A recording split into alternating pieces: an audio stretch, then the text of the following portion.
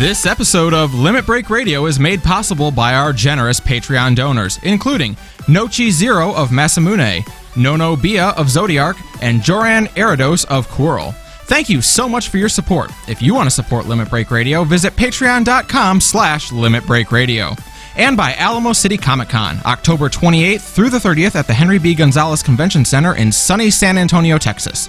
Alamo City Comic Con celebrates the artists that entertain us through TV, movies, comics, gaming, and cosplay. For more info, including badge prices, celebrity guests, hotel accommodations, and more, visit AlamoCityComicCon.com.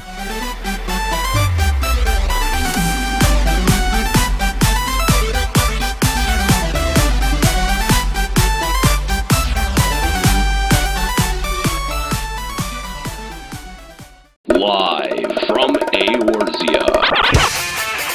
Limit Break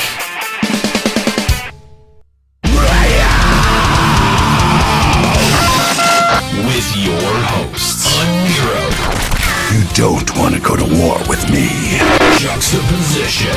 You gotta calm down or I'm gonna have to frag you. Ascalia. We are dealing with someone here who has absolutely no life. And Nika. And I am a gorgeous girl with big cans. LimitBreakRadio.com. 5, 4, 3, 2, 1.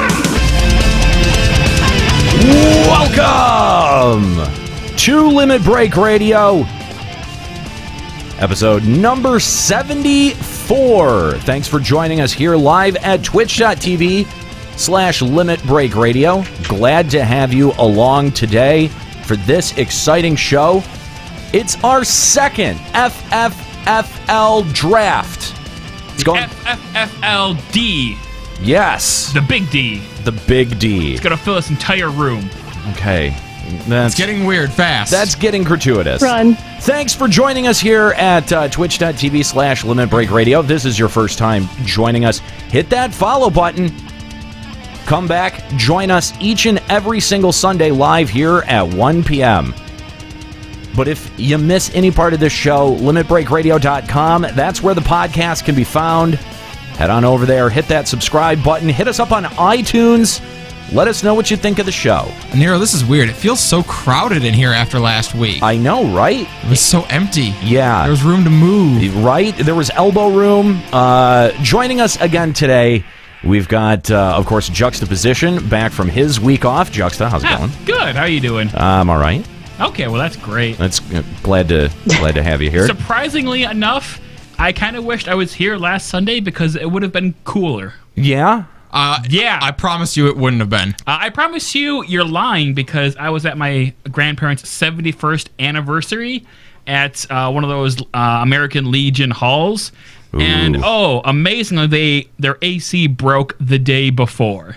Wow. And so when you have, 50 old sweaty people in one room with no AC and no open doors and no fans, guess what? It gets really hot. Well, that's fair, but at the same time, Aniero, you and I walked out of here last week in agreement that it was the hottest it had ever been. Yeah, I think last week, I don't know what it was because it's not the hottest that the thermometer has ever been outside. Right. It was mostly humid. And that really contributed to some heat in here. But also joining us in the studio, we've got Papa Woody. How's it going, Woody? Not bad. Thanks for how was your week off? Awesome. Yeah. Awesome. What the fuck were you doing? Birthday. Oh, okay. Was it your birthday? Okay. Happy birthday. I hope I'm not interrupting a circle jerk. What'd you do for your birthday, bud? Absolutely nothing. Okay. It was awesome. You had an old man's birthday. Exactly. That's fine. He just had a circle jerk. I get it. Just another day. Do you even call that an old man's birthday? Because at 27, I was perfectly happy to do nothing on my birthday. That's true. I mean, my last birthday I spent with the stream, so I don't know. I don't do much for my birthdays. Joining us also, Nika. How's it going, Nika? Hello. Good. So we're happy to be here today, and of course we are live from Eorzea. Let's kick it over to our live Eorzean studios.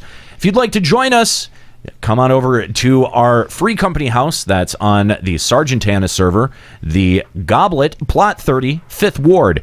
And that's right. Transfer servers and get over here. That's right. Right now. People in studio. Or make a character. One of those two. No, transfer. Okay. I want the real characters here. Yeah, no imitations. So come and hang out with us at the LBR Free Company House. Again, that's on Sergeant Tanis, the Goblet, Plot 35th Ward, if you want to join us live here in studio. We hope that you would. And as I was saying before, make sure you find us on iTunes. Drop us a review on iTunes. We could use a couple of more reviews. It helps people find the show. And, you know, our iTunes feed has been up there for 10 years and has collected many reviews, and we would like to add yours to it. So whether you like the show, whether you don't like the show, we just want you to be honest. Head on over to iTunes, pop a review, and, you know, let me say this, okay? Let me just challenge a couple of our listeners, right? If you're about to leave a YouTube comment right now, like if you're someone that listens to the show on YouTube and maybe you comment every once in a while, because I mean our YouTube comment section is a shit show. Because and I'm not trying to pick on any part of our listenership. I'm just saying that YouTube comments are generally shit shows, and our YouTube comment section is a huge shit show. So instead of maybe firing off that snarky, half-assed YouTube comment, head on over to iTunes. Even if you're mad about the show, even if you're mad about something that we've said, and leave us a review, and let people know what you think about the show. And that way, the reviews are honest over there. Yeah, and look at it this way. Worst case scenario, we'll read it in a stupid voice. Yeah, that's true. That's true. So predictable. We are also, of course, available on Google Play. So make sure that if you use Google Play to listen to podcasts, you can now find Limit Break Radio, the LBR Network, and Final Encountercast all on Google Play. So make sure that you check that out. We've got t-shirts that have been going out. Thank you guys for tweeting the shots of you rocking the LBR Patreon exclusive t-shirts. That is so exciting. I love getting those back. I love seeing people rocking those. We can't wait to see a ton of people rocking them out at FanFest this year. Oh, we got to get a group photo of everyone with LBR swag. Absolutely. As many people in any bring any LBR swag you have at our after party. We need to do a huge group photo. Absolutely. There was a great group photo last year with a ton of people in LBR swag at the after party, and we would love to get more of that. So if you want a Patreon exclusive t-shirt, the only way that you can get that is through patreon.com/limitbreakradio. And while we're talking about Patreon, I want to thank you guys, because last week we had issued you a challenge.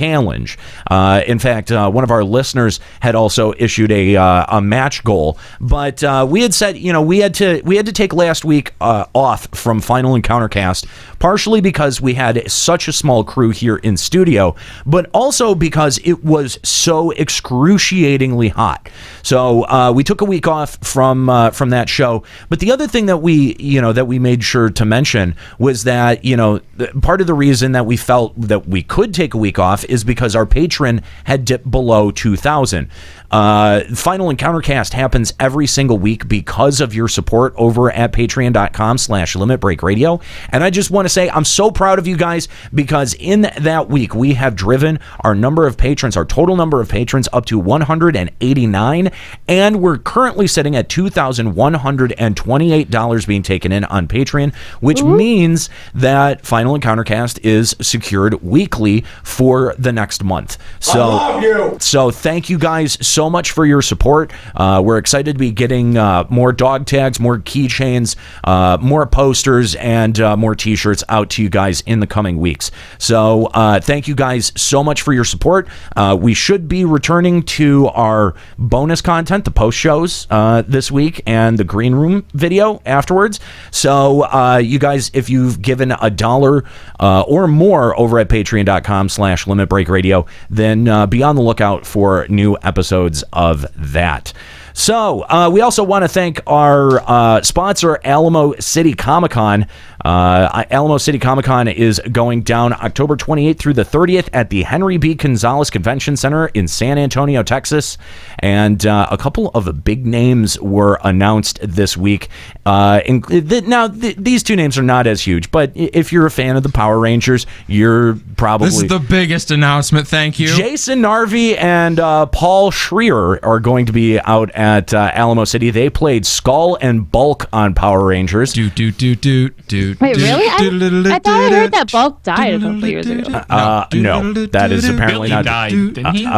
Zach Galligan, who played Billy in Gremlins and Gremlins 2, is going to be out at Alamo City Comic-Con. And also recently announced voice actor extraordinaire Nolan North, a voice actor for Nathan Drake, as well as Desmond from Assassin's Creed and tons of other games, including Spec Ops, The Line, the Batman Arkham series, The Last of Us, and Destiny, is going to be a special guest out at Alamo City Comic-Con. Guys, if you want more information on that, AlamoCityComicCon.com. So we did our selfie contest like 2 weeks ago. We got to pick the winner for that, but I think we should probably get into some FF14 news. This is a Limit Breaking News Update. So there are a couple of pieces of FF14 news, including the Fan Festival Las Vegas Art and Costume Contests. Those have been announced. If you entered in the previous Fan Fest, you kind of know how this process works. You're going to be submitting your pieces of art to be judged live at FanFest, and costume contests, obviously, those entries are done live out at FanFest. If you want more information, that's, of course, up at the Lodestone, and you can check that out at FinalFantasy14.com or at a link at our website, LimitBreakRadio.com. They have also announced another, they've revealed the finalists in the tank gear design contest. Have you guys seen any of these? And I actually kind of want to take a second and put some of these on screen, because, man, some of these are really, really cool. Some of them are just so over-designed, like, it's like, yes, oh my gosh. I know, right? So this top one, I'm not totally feeling that's very anime. The Gubu one, I think, is pretty cute and clever. It's funny. I love it. Okay, I would not want that to be a winner, but yes. I can definitely, appreciate the effort that went into that. You don't want it to win, but you're glad it happened. Yeah, That should be one of the, like, how we get, like, the Moogle costumes and stuff. Like, Yeah. that should be added as, like, a veteran reward or something silly like that. Yeah, this is, like, something that should already, like, be coming in the game. It should be, like, a winner. Yeah. This one that looks like it was drawn in crayon, I don't know about that. That looks more like a samurai outfit, but it has the legacy tattoo in the back. The Age 3. The Adamantoise here is pretty interesting. It looks like a Power Ranger villain. Yeah, I'm not sure how much I like it. The one There's no way I'm not calling Quadov on anyone who wears that. That does look like a Quadov. Yeah, totally. Gold feathers, the one below that, I'm not that into. I think it's cool if you can dye it. I think that would look. It looks like white mage gear, looks healer terrible. gear. Horizon gear offending. I initially thought that this was kind of cool. The more I looked at it, I was like, oh, that's way too Animu. It looks like something out of, like, An anime I called don't know, there's Horizon gear Log. that kind of looks like that in the game already. Like, I don't think they're that's gonna too end up- far-fetched for 14. right. I think the story is going to be that they end up being Beetleborgs. The one below that, I'm not totally loving. We got a the train conductor. The first one, yeah, right. Train conductor, I like that. The first one here, the first one that I actually like, the horn. Like, take off the helmet though, and it looks so similar to the original warrior artifact armor. It does. You're not wrong. You've got a bucket helm below that. A++ instant I don't know winner. about that. The one even one below that, I don't. There's no name on it. The Nuthali, I think, is the creator, the designer there. It doesn't really stand out much, but it's actually got kind of a lot of cool accents, and I think is something like that. Some design that I think would lend itself well to the game and lend itself well to other glamours, but yeah, it's a little boring. Good for other sets. Okay. But this one from the designer Edda, wow, that one is really impressive. I don't know if it's like the gear itself or the art style. The art style. It's the art style that sells it. It's really cool. I mean, the gear does look cool too, though. Yeah, the gear. Scream tank though. Could you imagine actually wearing that anywhere? God, that could be the PvP gear. It seems wildly impractical. That does look like something that would PvP. come with the You're PvP right, set. Chuck. So that's PvP gear. That's something someone would win. Yeah. That's a winner. Okay. That's a winner. You know what? Yeah, I would want that much more than the current PvP max rank. Good gear. job, Edda. Yeah. That one's pretty cool. Unfortunately, she's dead now. BC Heart. This one from BC Heart. I don't know. I feel it's not terrible. I do like how the collar comes up around the bottom of the face. I think that's pretty cool. But it does look very similar to a lot of other design that we have here going on already. The next couple are kind of Actually, the next one reminds me of something that would be in a Final Fantasy game. I guess showing bear skin. I don't know. There's no bear skin. Is that bear skin? Yeah, I thought that was okay. I thought that was plate armor. Bear skin. No.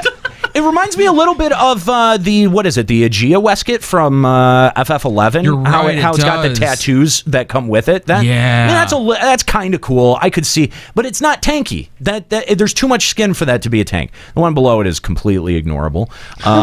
It's cute, but there's not enough armor, especially on the girl one. It's not. Well, it's good on the girl because that looks like a mage outfit. It's got boobs on it. I like the one directly below that almost looks like you've shredded apart Garuda to be able to make it to fasten it together. I think that's You're just pretty wearing cool. a Garuda suit. Yeah, kinda, yeah. Actually, that is pretty cool. Whoa. Yeah, you've got Spiky McSpikerton right there below that. Well, I'm sure you like that That's pretty one. cool too. That looks like something out of Hellraiser. Like you'd be hanging out with Pinhead or something weird. Yeah, this definitely looks like something off of like a black metal album cover. I'm into it. I would dig it. Aniero. What? Could you not see that set in Dark Souls? Oh, definitely. That is absolutely a Dark Souls set of armor. Totally. Clearly a paladin gear. Yeah. Well, and right below it, there's your Seif armor set right there, right? Yeah. It says Freysfelger armor. I'm about to get to Seif in game. Apparently, he's a jerk. I could see that. And then for some reason, Ocelot. Why? I don't. That's kind of interesting.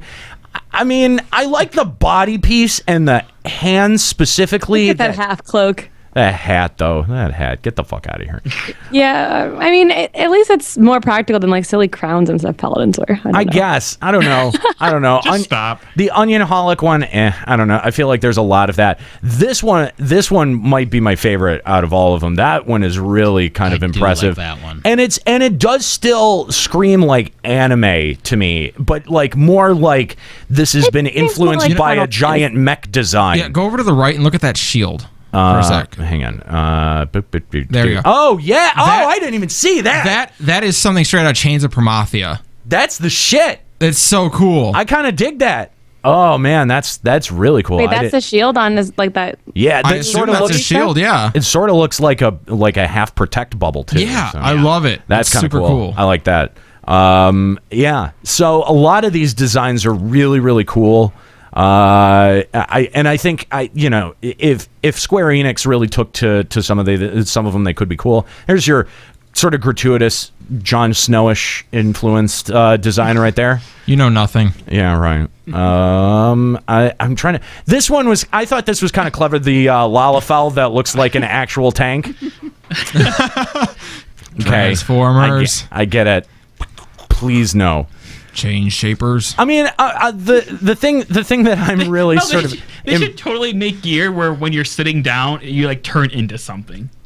I want a Transformers set of armor. Oh God, super no. awesome. Please no. I like the cloak and the void forged plate by Zero Signal. I like that it has like the fur behind you and then like a cape that hangs down. That's kind of cool. Let's see, which one was that? Yeah, that was the one that I was just. That's the one that I said was sort of Jon Snow-ish. Oh yeah. I like the cloak. Yeah.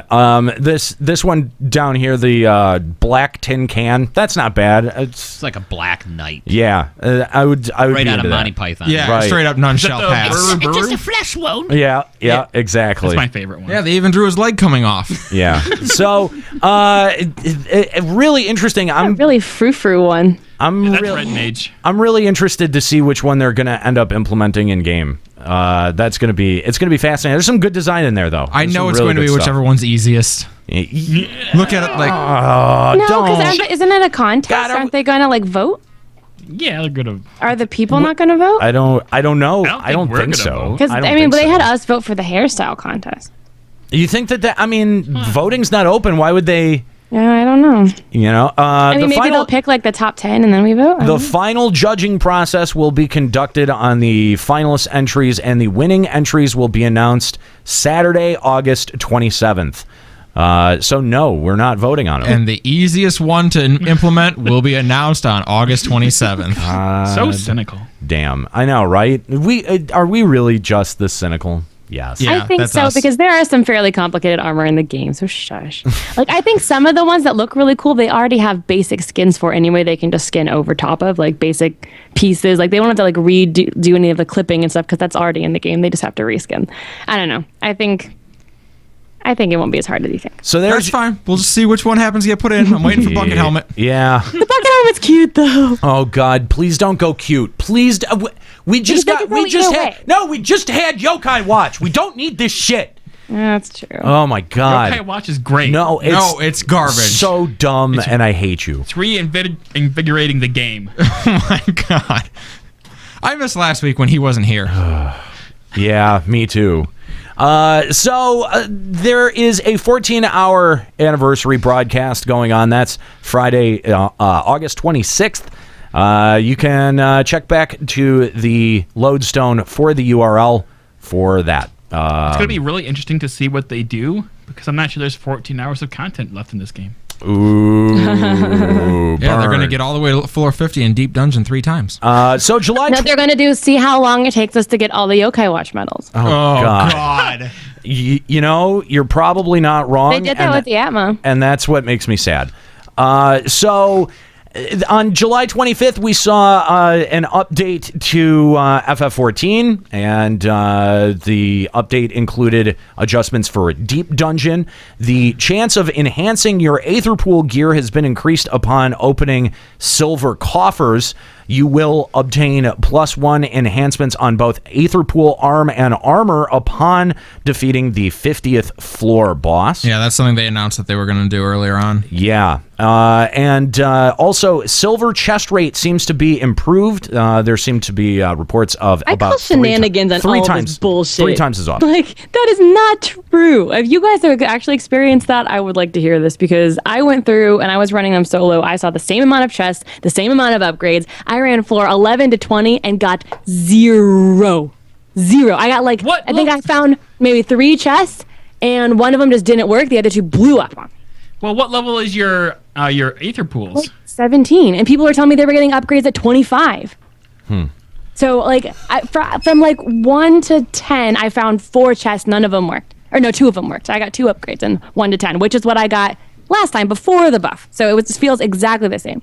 And then from 11 to 20, I found like 2 chests and 1 blew up and 1 just didn't work. So to me, there was no 3 times the amount of silver chests. There was no increase. Like, apparently RNG just hates me. Or you should Sample go to the size, yo. Or just go to the floors that matter, aka floors 40 through 50. I was doing it solo. But the thing is the whole thing. Stop soloing.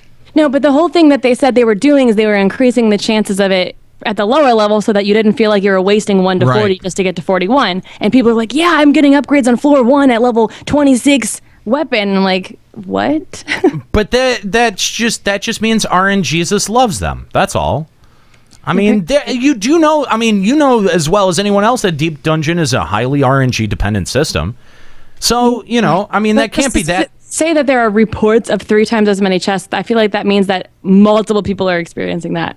I can say I'm not one of them. That's what I read on. Yes, I know. Square Enix tells me so. That's what I've read on Reddit. So go blame them. I mean, I guess the whole form of Reddit isn't really comparable to Nika's one run. No, Nyla's got 30-30 on floors 1 and 4. Yeah, see, fuck me. I hate this. Okay, so user error then. No, user game hates user. Fine. Or Nika sounds a little butthurt. Yeah. I think just a little bit. I am. I was really excited. I was actually going to learn how to play Summoner to solo through this, and then I got nothing, so I rage quit. I was mad. Because rage quitting I mean, I'll go back. everything. I just have to, seriously, like we're talking about burnout. But like, if the RNG really sucks, you burn out faster. So yeah. go Well, back to it. you're not wrong. You're not wrong. They did add the fat Moogle mount to the cash shop. Oh my god. Boo. It certainly is fat. $30. The feet wiggle. $30. It's not that much more than the Schleppnir. I guess the $5 more is because it's a double person mount. Yeah, but how much does this game cost to buy? Right? What is it if you buy the game with the expansion? Is it 60 or is it less than 60? 60. I mean, you can probably get it on sale for 40 at some places now. That's ridiculous. That's horrifying. $30? I mean, like, the question is, who's going to pay it and why? Lots of people, apparently. Oh, I've already seen it. Like, I was doing yokai fake grounding with someone in my party, and they were giving me rides on theirs because it was fun. So dumb. Like, silly. I've seen it a few times. I've seen it a lot, yeah. More than I'm happy about. Apparently, it plays the Moogle Mog song, so I guess makes it worth it. Do you know what seeing that makes me realize? It makes me realize I'm poor. Dude. Because there is no way in my budget ever could I justify spending $30 on that. I'm just saying, like, Okay, wait, Escalia, how much money have you spent on Pokeballs? Like $20 probably. That's what I'm saying. I would much rather I would way like in a heartbeat spend $30 on Pokemon as opposed to FF14 at this moment. So, just saying. Yeah, well, this is coming from the guy who has 130 different fucking Pokemon. I know, right? You sound sad. You sound sad about that. No, I don't. I sound salty. Get it right. Instead of riding on the Moogle's back, you sit on a swing hanging from the Moogle's back. So it's kind of like the Kobold. Yeah. Yeah, it's the Kobold like the bomb one, but there are two like little regular sized Moogles that kind of fly around the outside, so it's kind of cute. But so I don't know, $30. You think that's worth it? I don't think it's worth it. No, that's absolutely insane. not. It's insane. Schleppnir was worth it because he was cool and a horse and black. The Moogle is none of these. Is that things. last part relevant? Yeah. Is it not? Okay. Is the Moogle black? No, it's not. I don't think it is. There You're not you supposed go. to judge by that. Hey, this That's what I learned in school. In this case, it's a good thing. That's what my teacher told me. And we've got...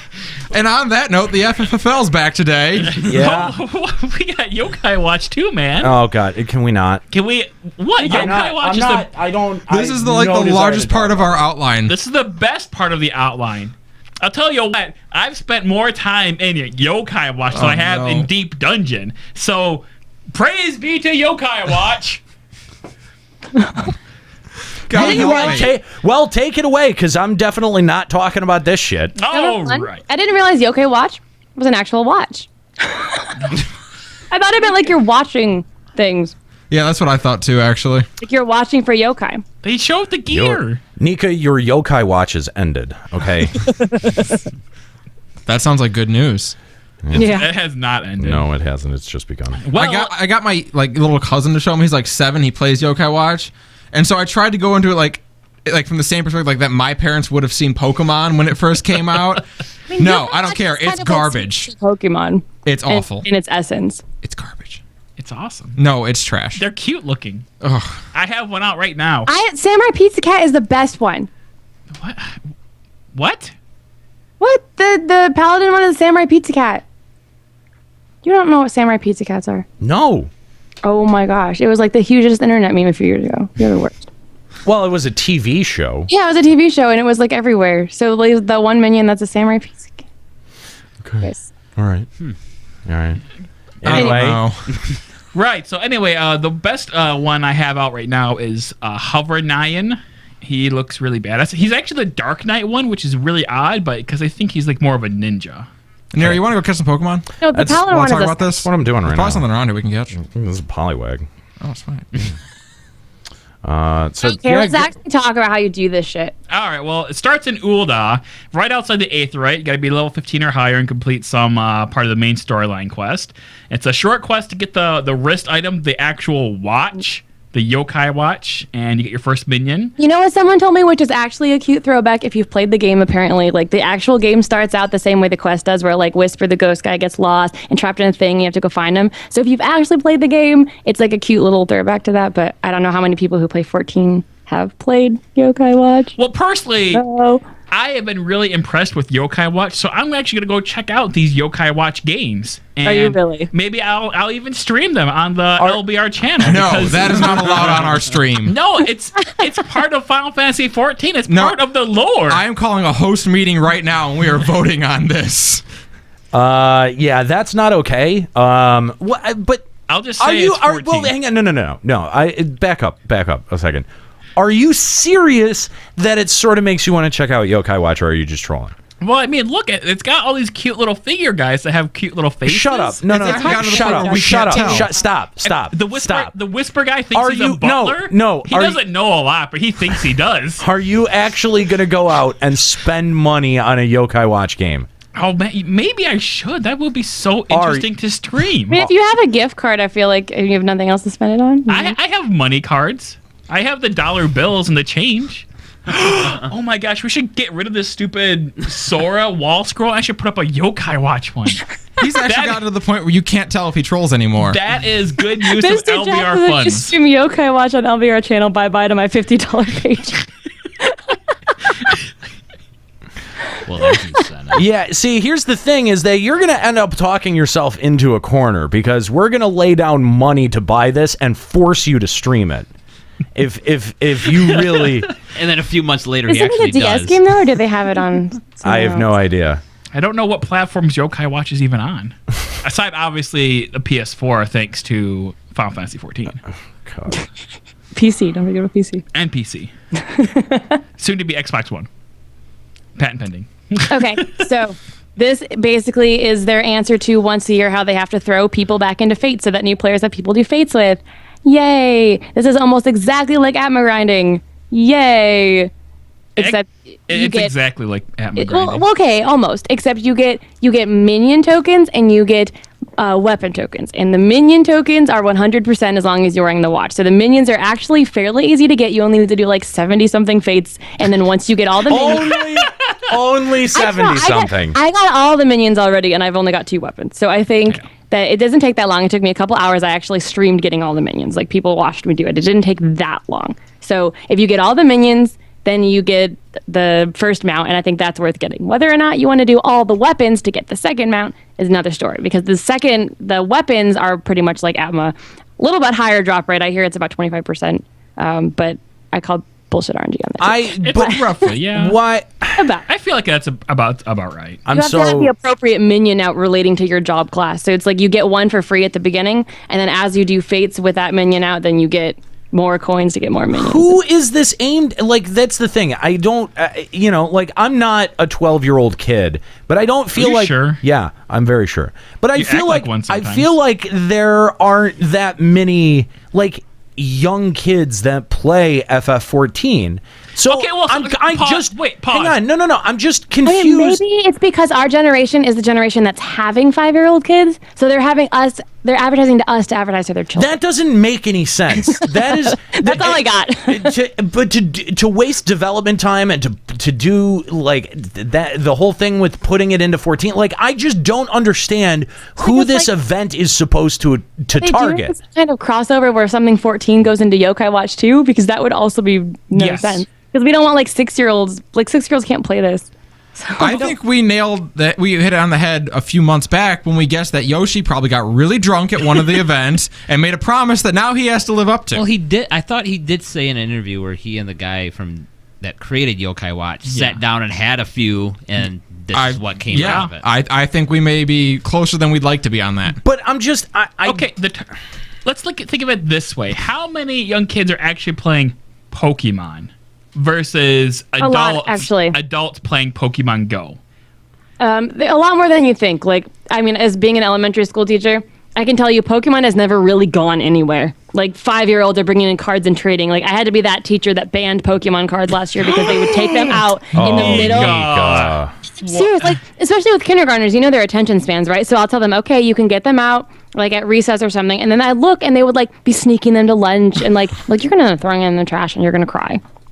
Boo. So, like, but Pokemon has always been there. It hasn't gone anywhere. But the thing is, as adults, we've never really realized that. So I think Pokemon has a huge range. Yokai Watch, not so much. I mean, I feel like Yokai Watch is like probably 2 steps below Digimon in terms of like cultural nothing penetration. As bad as like Digimon. I'm just saying, like it's Whoa. wow, Whoa. triggered. No. Like we can all agree that Yokai Watch is a cheap imitation of Pokemon, but like Digimon is just like the worst, terriblest imitation of Digimon actually has themes that matter, like death and loss and sorrow and depression and things that matter. Okay. Yeah, but it still was just the most craven. We're getting very off topic, but it was still just the most craven attempt to capitalize on a trend ever. Abuse. Ever. Kind of like Transformers and GoBots. Yeah, exactly. Like you had Transformers was awful.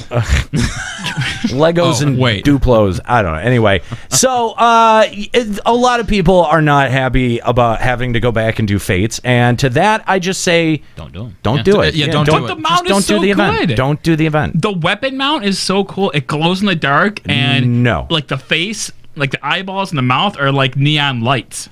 Stop. It lights up. Stop. You only have to collect 222 of the special medallions, and those are a 25% drop rate. So that's like roughly 888 fates, which isn't all that much. Honestly, it goes by a lot faster than you think. And you know what? After 2 months, this stuff is going away. So that's going to make this mount extremely rare. Let me tell you. Let me tell you exactly. Mount lust. Let me tell you exactly what I've been doing. Okay, I have done 0 Deep Dungeon. I haven't even logged in this week to do my Weeping City, and this will be the second week in a row that I haven't had time to do that. So if I'm going to log in, there is literally no fucking way that I'm going to be devoting any time to Yokai Watch. Period. I mean, I'm using it to level up my last job, so like to get some XP. You can do that with Deep Dungeon though. You're getting Grand Company seals to get moonstones for your relic. relic. That's nice. Don't give a shit. Don't give a shit. I tell you what, I did Deep Dungeon when it first came out, spent 3 or 4 hours in there, and then I tuned out. And when Yokai Watch came out, I did like 4, 5, 6, 8, 10 hours doing Fates. So in my mind, Yokai Watch is... The trigger is real. Hashtag mute Juxta. Well, let me ask this. Could they reskin Yokai Watch as any other event but give the same reward incentives and you'd still be doing it? Or is it because it's Yokai Watch? No, I would be doing it either way. Yeah, so I think it's more the incentives that you care about. Right. Okay. And I think that's the point. But now, no one's doing this because it's Yokai Watch. Yeah, see, I'm one of those people too that like if I know something's exclusive and that I will 100% not be able to get it in the future, even because I've never buy it from the cash shop if that's where they put it. That I mean, if I can get it for free, I'm going to spend the time and I'm going to get it. But now like these characters are actually kind of cool looking, so I'm actually interested in Yokai Watch. No, now. they're fucking not. They're actually, the worst. Okay, that one that is they are Woody's that they have out. Look at the one Papa Woody has out. She's pretty badass looking. No. That little like blue snake chick, she's cool. I like her. They all look like first form she looks Digimon, like a ninja. and they all look A like ninja with garbage. Yes, exactly. Thank you. Look at how varied they are. They got like But the a samurai fox guy, cat. a pizza cat, I guess, a dog that has a human face, and he scares people with his Okay, that human one is face. terrifying. That one is What is legit this terrifying. world where me and Aniero are on one side and Nika and Juxta are on the other? Yeah, It's really cool. The best team. You're the worst. Thank you, Square Enix, for this event. That's my bottom line. God, I will say the Black Mage staff looks pretty sweet. It's like a big snowflake. I like it. Snowflake, Aniero. A big one. And actually, the machinist gun looks like something out of Overwatch. It's pretty cool. I'm wearing that gun right now. I sort of just want it gone. Like, I'm glad that it's exclusive because I just want it to not even be a thing. I don't want to see it. It's fucking. It irritates me. So how about this, Aniero? If they had done the same exact thing with Fates, but it was an incentive you cared a little more about, would you do it, or is it just because it's Yokai Probably Watch, not. you're not doing it? Probably not. I mean, I don't think I've done any of the a single one of the holiday events. So Those are usually so quick. Yeah, I don't really like maybe the anniversary ones I'll do, but not really any there's just a rumor on the official forums that the Moonfire event is going to be Power Rangers. Yes! Oh my gosh! You're gonna be able to pose. You can pose. Yeah, you can have Red Ranger poses, Yellow Ranger poses. I'll actually do that. I'm done. That's so good. People are speculating it's gonna be the Grand Companies. So based on what Grand Company you are, you're going to get that pose. So we're going to have to just do an entire so show. The team poses. In the pose. If Yoshi wants to act like a kid, I say let's all give him a wedgie out at FanFest. Oh my god. I'm just sick of the cutesy shit that I don't understand who it's being marketed to. Well, you got Deep Dungeon last patch, man. That was pretty grimdark. What's the? I don't get the point. I don't understand the point of a Yokai Watch crossover when it has no market pull. But FF14, I think more people are being exposed to Yokai Watch because of FF14 than FF14 would be exposed to people from a crossover thing. You know what I mean? Like, I don't understand. It's like a one-way street. Yeah, exactly. It's an entirely one-way street, and I don't get it. I don't understand why they wasted time putting in an event. I don't understand why they wasted time modeling gear. I don't understand why they wasted time making the fucking minions. Well, it's all a gigantic waste of time from a dev team that can't afford to waste time, that have been blowing it for the last year in terms of content, which is driven home by the fact that Deep Dungeon sucks donkey balls.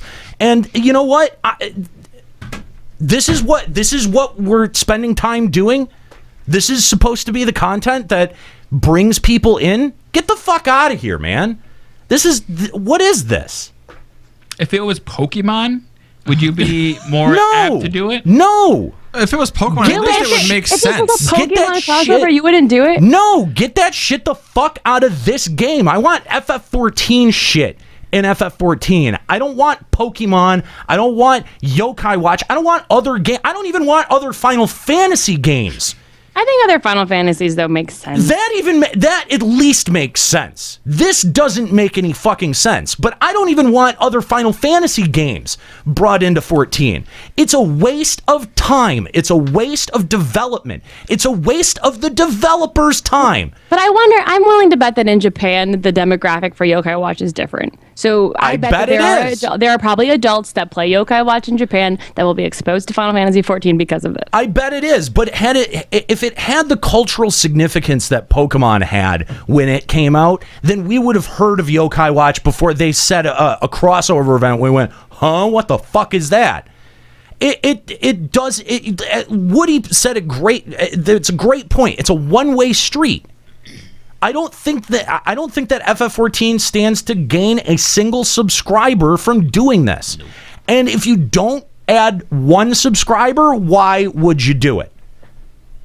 I mean, did we learn nothing? I do think that the getting drunk thing holds some weight here. But did we learn nothing from Lords of Verminion? I disagree, because I believe because of these two mounts that are only going to be around for 2 months, people resubscribe just so they could get these mounts. No way. You are vastly overestimating the amount of people that are motivated by stupid, chintzy shit like that.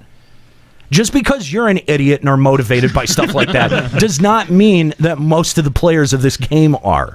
But some are. No, I would say that that's a fairly fractional portion. I'll tell you what, I bet a lot of people, after Deep Dungeon was kind of a poop shoot, I bet a lot of people are going to unsubscribe, but now that this limited time event has come out and has limited time rewards, they are now compelled to stay subscribed, and even if they don't do the event, they don't want the chance that is to pass such them by. that is a such out there hypothetical. If one person could call and confirm that's a thing, that Yokai Watch got you to stick around, please, I implore one person in our entire listening audience to back Juxta on that, because I don't think that that's true anywhere. I mean, you don't even have to tell the truth. Just lie about it. I don't think you'll even do that. God damn. So, but how limited time is this really? Isn't it around till October? Yeah, well, it's because they wanted to give you enough time. And honestly, someone's done the math. And if you start like the second day of the event, if you get 4 medals a day, not 4 weapons, not 4 whatever, 4 medals a day, you'll get all of them by October. So honestly, that's what, if it's 25%, that's maybe like, I don't know, 16 fates a day. That's way more. That's way more effort than I'm willing to put in. We want to take your calls. Limit Break Radio on Skype, 810-515-8715, limitbreakradio.com/Discord. What do you feel about Yokai Watch? Is that something that you're bothering to do? Why or why not? I know that one of our listeners, Satori, is quite frustrated with the Fates and Atmas and the whole Atma-ish portion of this event. What do you think? Have you been doing them? And does Yokai Watch have any hold on you? Also, we'll talk about Deep Dungeon. This is the second week of Deep Dungeon, and we want to gauge how you're feeling about the system. We talked a lot about it in the run-up to it, and now after its first, the first week, it had mixed reviews. Second week, I feel like it's going the way of Diadem. Would you like to correct my thinking on that? Again, Limit Break Radio on Skype, 810-515-8715, limitbreakradio.com/Discord. How enthused are you about FF14 right now? I think that there's not a ton of people logging in. I don't see a ton of people when I log in. It seems like queue times are fairly long at the moment. I myself have been very demotivated. I feel like I don't really have a whole lot of investment in the content that is current, and at this point, I'm waiting for the next patch because I'm behind on collecting gear. So, where are you? Are you in a holding pattern, just waiting for 3.4, or are you actively working on your anima, collecting items from Deep Dungeon, or doing Yokai Watch? We want to hear from you. Limit Break Radio on Skype, 810-515-8715, limitbreakradio.com/Discord. Guys, I'm so tuned out right now that it's really difficult for me to log in. And I mean, part of that may be my schedule, and I'm not trying to make excuses by any means, but I do think that the content that's being presented is a large factor here.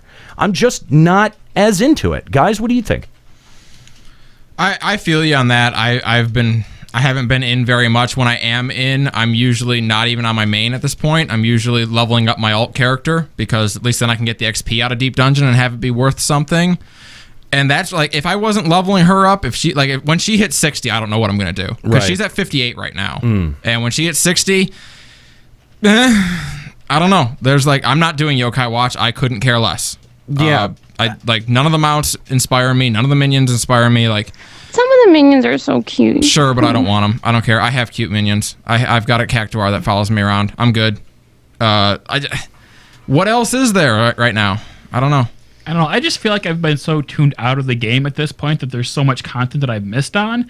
I still need to get Reveries done. I need a whole bunch of, I need to farm Bald so I can continue in my Rhapsodies. Get out of here with that 11 chicken.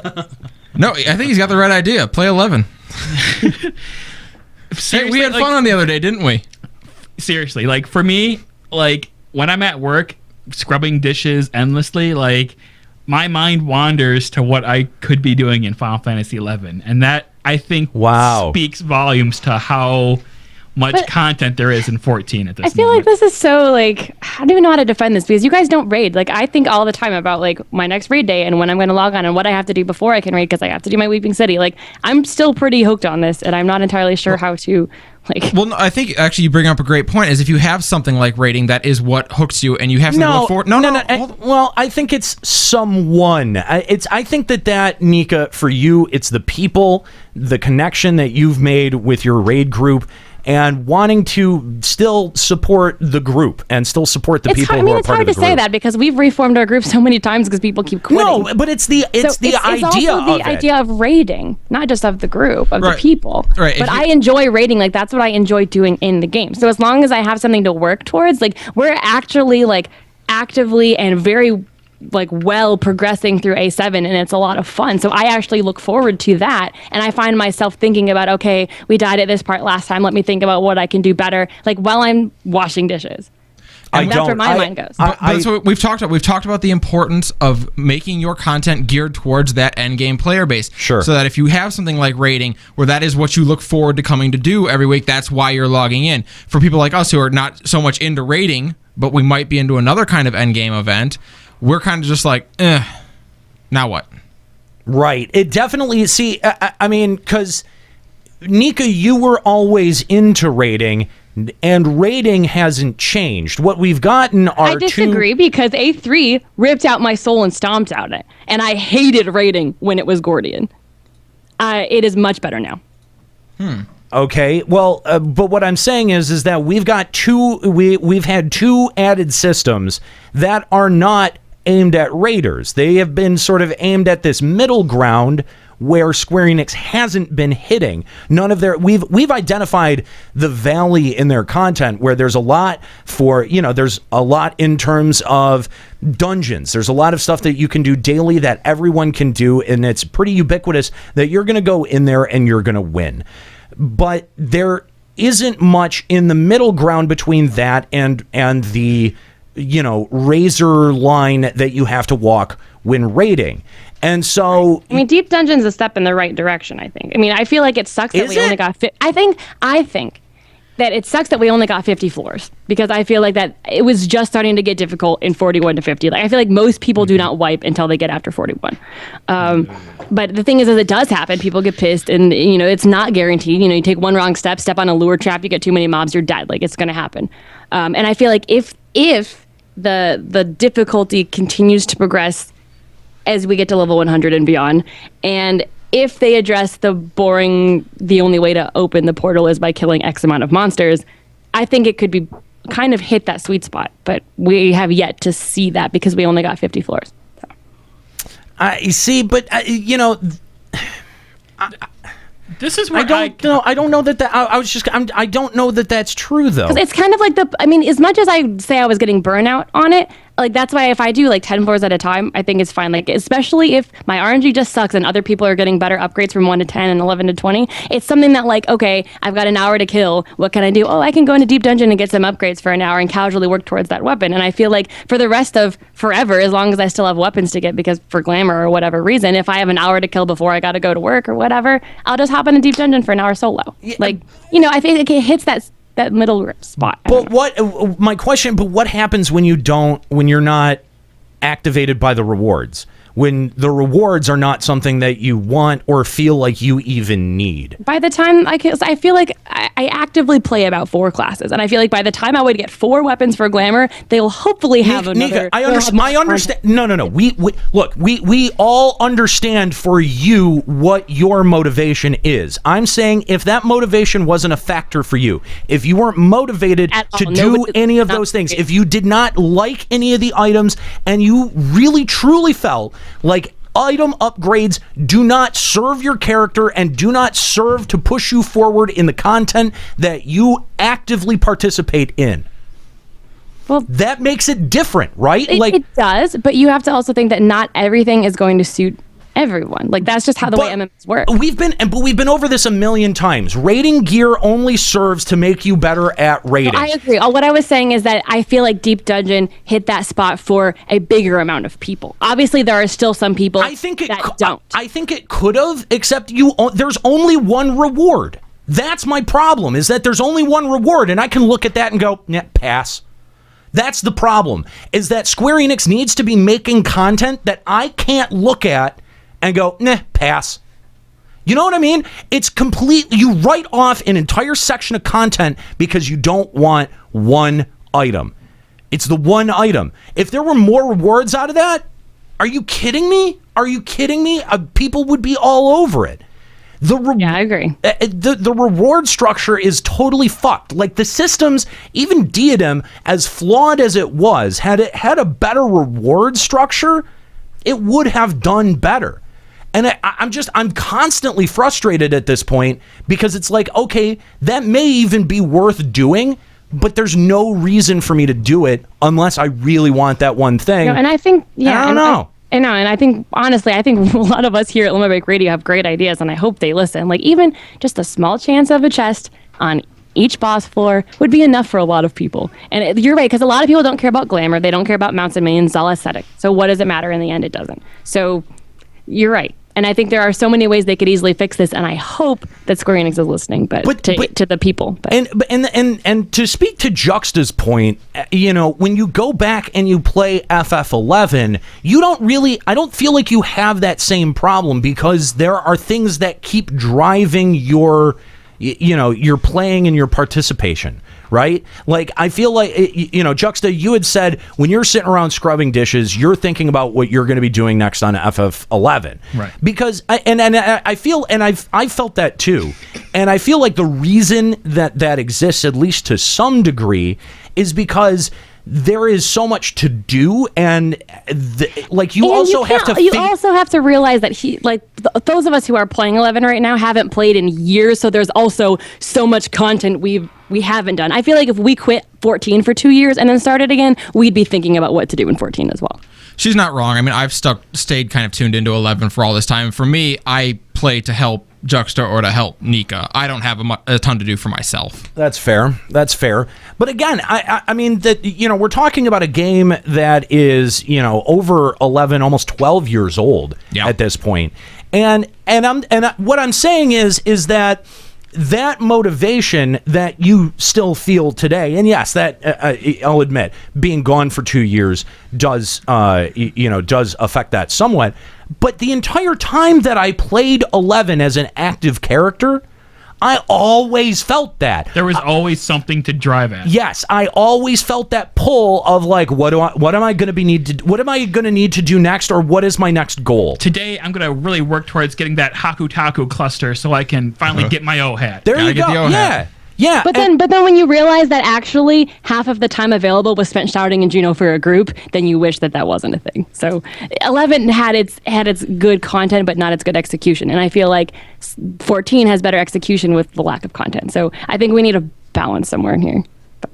But the fact that it's taken an entire expansion cycle and almost 2 years for them to dial in this process, and they're still getting it wrong, really concerns me as a fan. Like, as a subscriber to this game, it makes me wonder whether or not they really know what they're doing, or if they're just clutching at straws.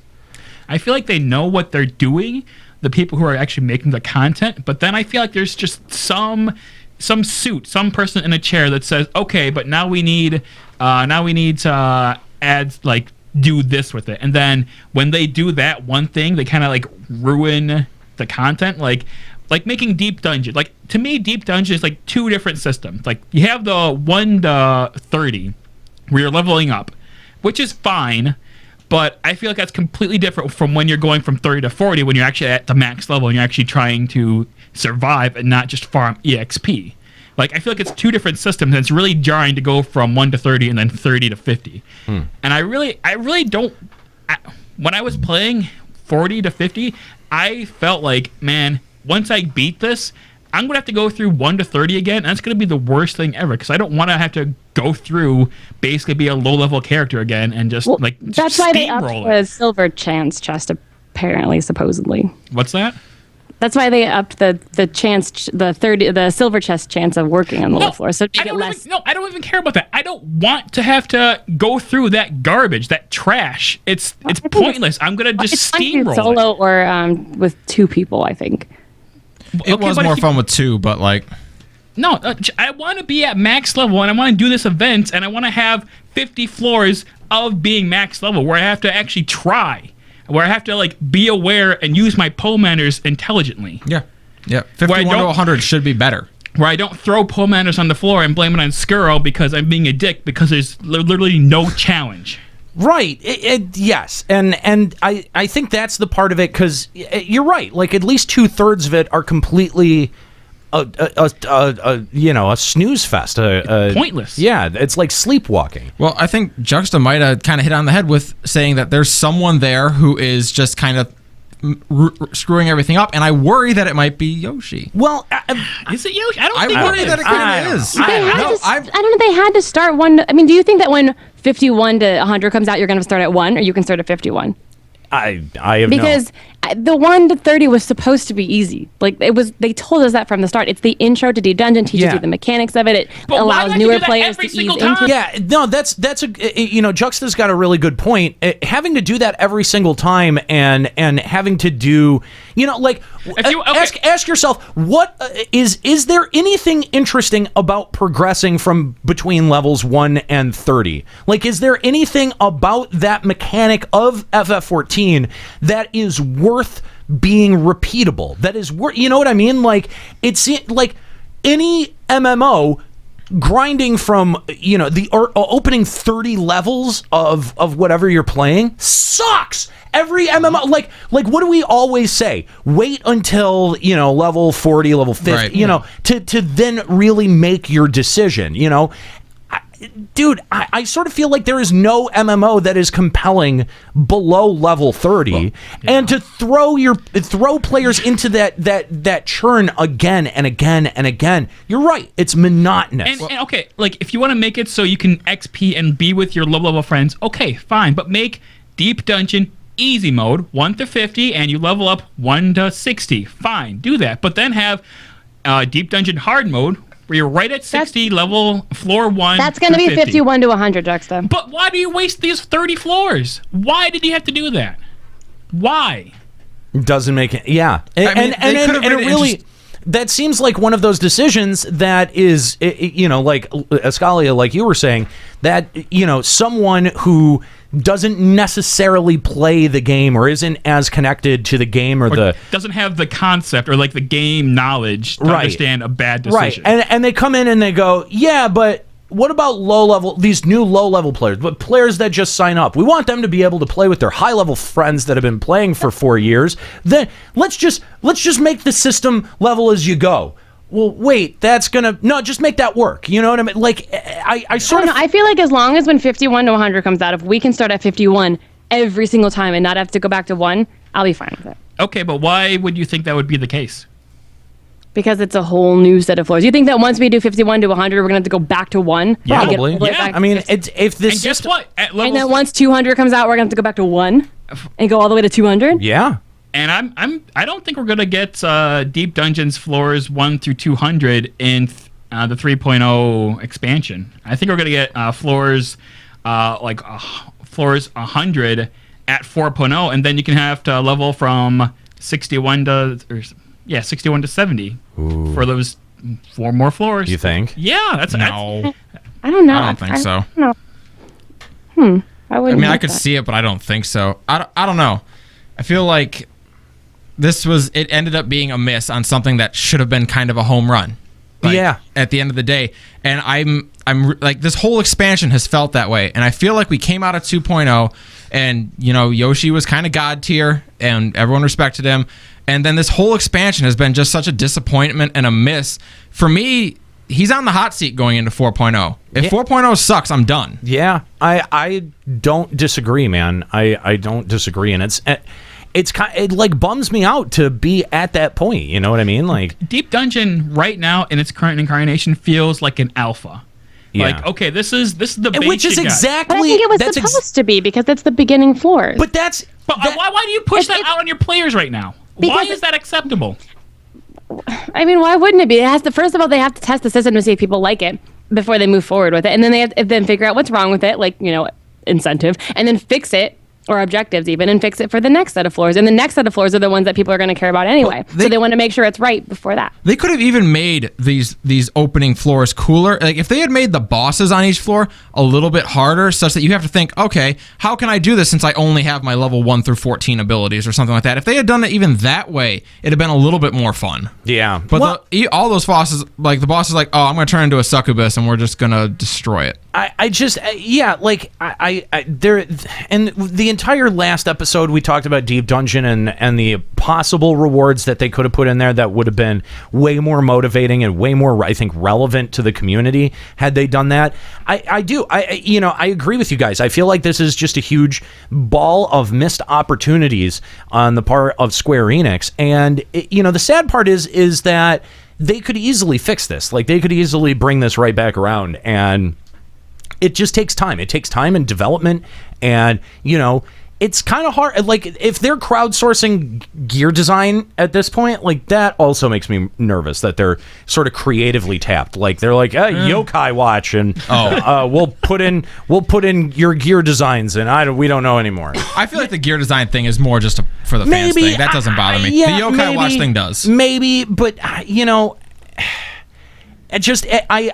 do have a tough time understanding a lot of the decisions that they're making regarding this stuff, because you're right, Escalia. This should have been a home run. This should have been an easy home run. Another thing I thought was a huge missed opportunity: the random dungeon.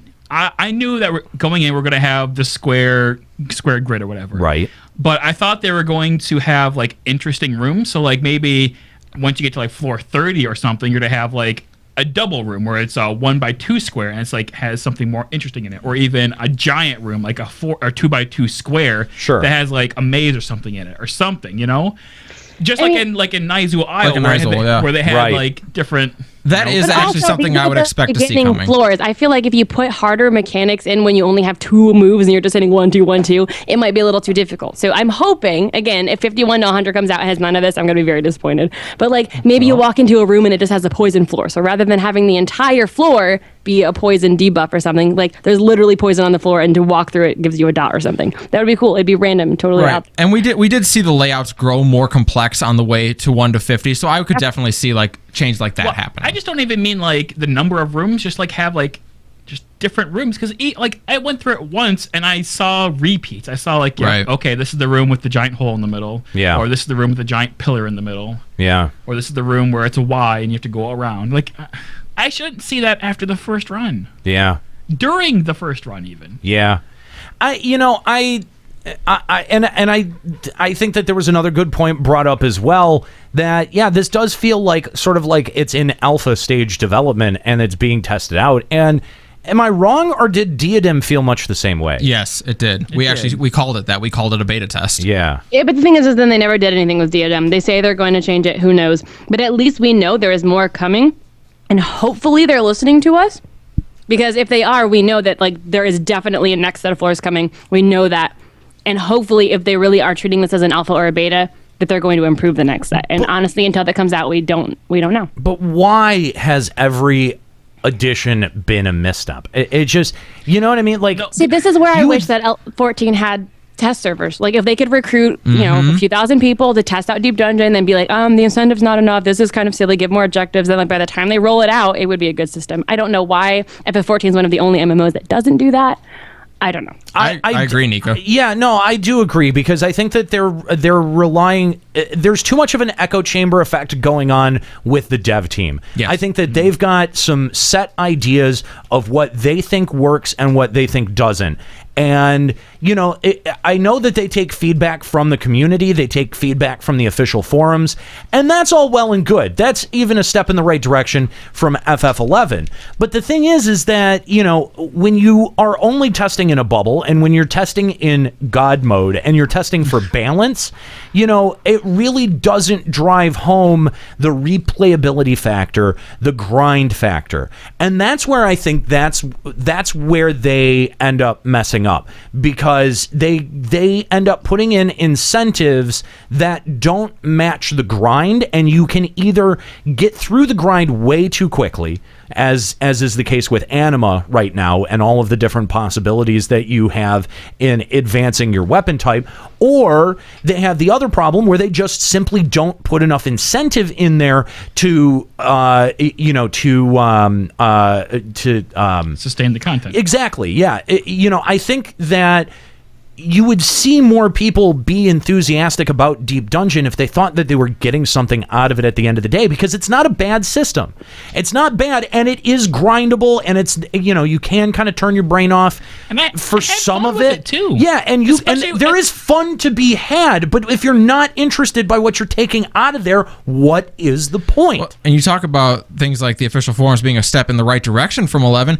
Even 11 eventually adopted a test server. Right. It is not good when your game doesn't have something that 11 had in terms of player feedback. And I get that they don't want to, like, it would negatively impact the world firsting community, but I you know what? I'm not I'm not hearing much out of them. I mean, I know that it's going to be till 3.4 when we hear about them, about world firsting again, but it's just like, when you only have content in every other patch that's relevant to world first groups, then I think that more of your community would benefit from a test server than the minuscule, minor fraction of your community that's being competitive to try to get those world firsts, right?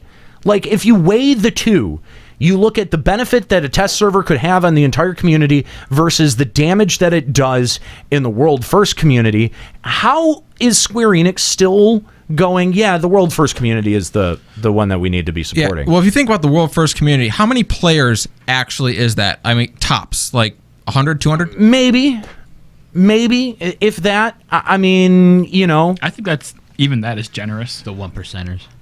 It's the 0.1%ers. The 0.1%ers, yeah. Like, there's not that many folks that are, and even at this point, like at one point in this game, world firsting was very competitive, but now we've seen huge gaps in content. We see raiders who finish content very, very quickly and then unsub, don't come back until there's new content. So there's like 4 months where they're not even plugged into the game at all. Or don't need to be plugged into the game at all.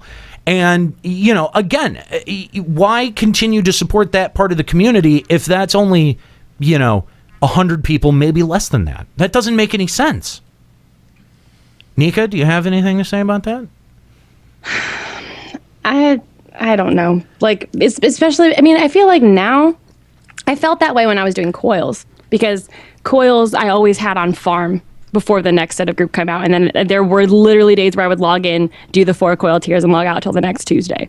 But because, for whatever reason, if it's because of my group schedule or if it's because of the difficulty of it or whatever, like, we're still working on it, and I think that we might maybe just clear A8 maybe right before A9 comes out. So I don't know. It's hard for me to. Would you be opposed to a test server? I mean, do you think that a test server does damage to the raiding community or to the end game community? And I guess it depends on how much they put in the test server. Like I don't think most MMOs put everything exactly as it is in the test server, but. No, they don't, and there are also, there are additional variables that they allow some players to control on the test server too. So, something like that is also a factor.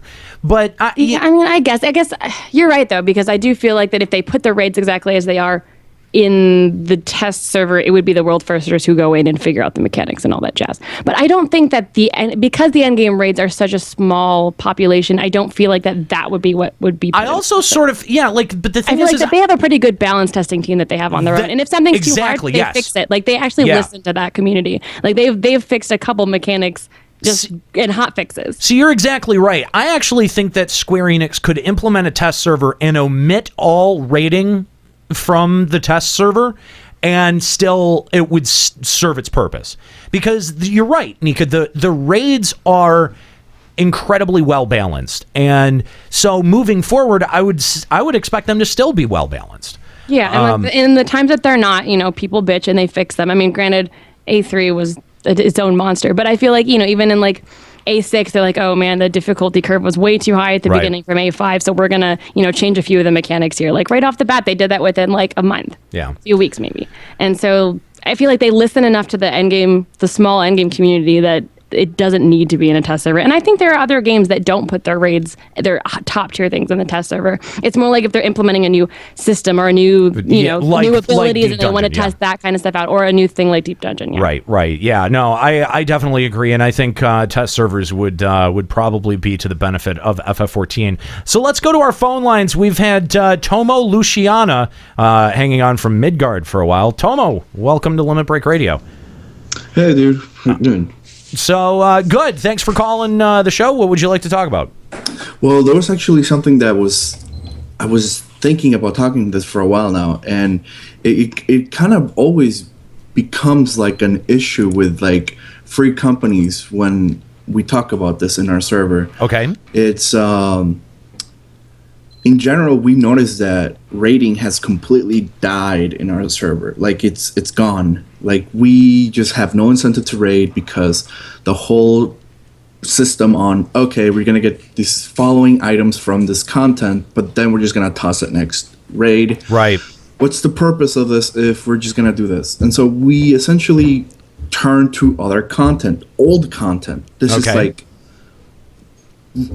really at this point is that we're looking into, wow, like AAR content is still good in comparison to, you know, Heaven's Word. And we go and play with the Leafs. And like really at this point we're helping people get to 60 at this point, and it just we feel left out. Like we feel like there's no content for the level 60 community, and there's like all this content for the low base content players. Yeah, no, you're totally right, because every time level capped players get content, it seems like either there is an inclusive portion of that content for lower level players, like in Deep Dungeon, or that it is, or lower level players are also getting another system that they can use to either grind XP or whatever. So, every time there's something added, it feels like it's also ubiquitously added for those that are just starting the game also.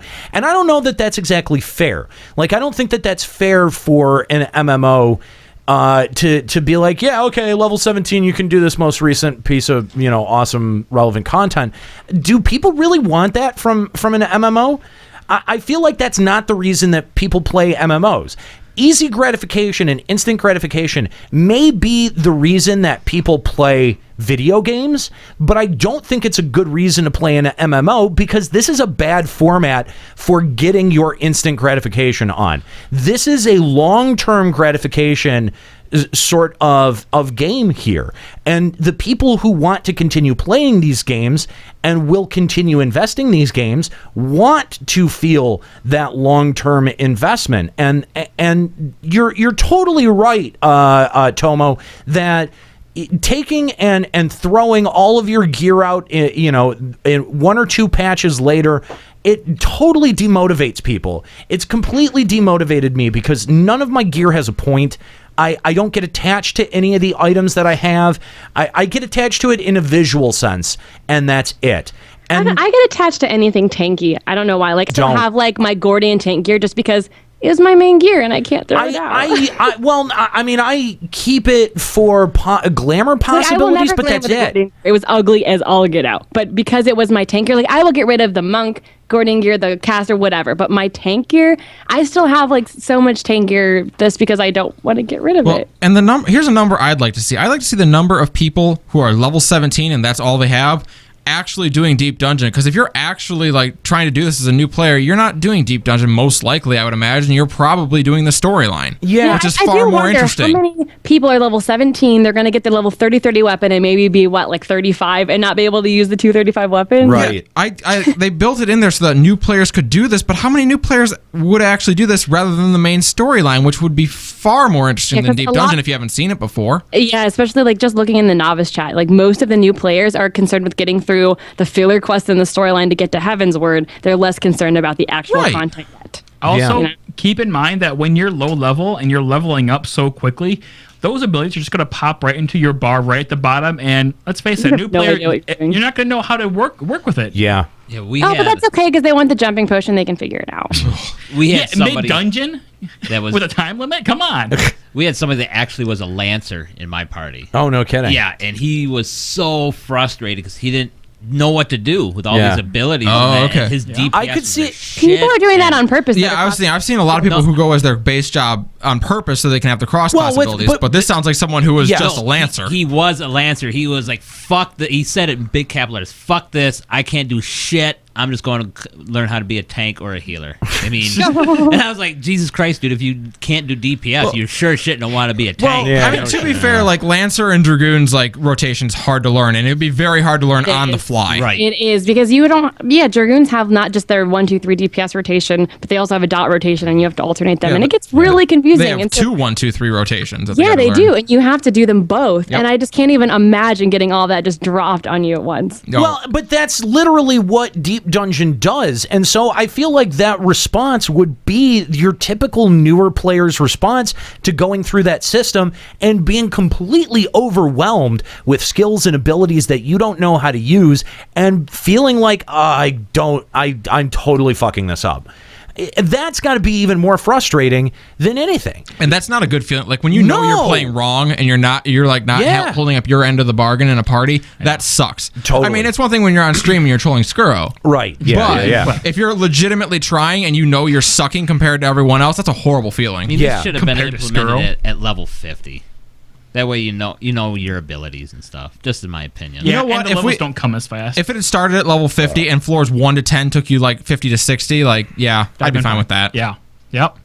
Because then it would just feel like a recap of Heaven's Award. You're like, all right, that's cool. Yeah. Thanks, Tomo. We appreciate the call. If you want to call Limit Break Radio on Skype, 810-515-8715, limitbreakradio.com/Discord to call in on Discord. We want to hear from you. What have you been doing in terms of Deep Dungeon? How far are you on your anima? Are you even still logging in? We want to know. Limit Break Radio on Skype, 810-515-8715, limitbreakradio.com/Discord. Where is the joy for you? Where are you finding the joy in FF14 right now? A lot of people seem to be questioning why they're even subscribed. And it's frustrating. We get emails and tweets with people saying that LBR is the only thing that's keeping them attached to FF14, and that's terrifying to us. Well, that's a lot of pressure. Yeah. God damn, that's no pressure. Hope you like fake fantasy leagues. Right? But yeah, like that's the thing is that, even us here in the show, I think only one of us is really enthused about FF14 at the moment, and we're not trying to. Clearly, we're not trying to shit on it, and is that Papa? Nika. Oh, right. Clearly, we're not trying to shit on it or give it a hard time, or just encourage people to get off of FF14. That's clearly that would not do anything. That would not do us any favors. No, but.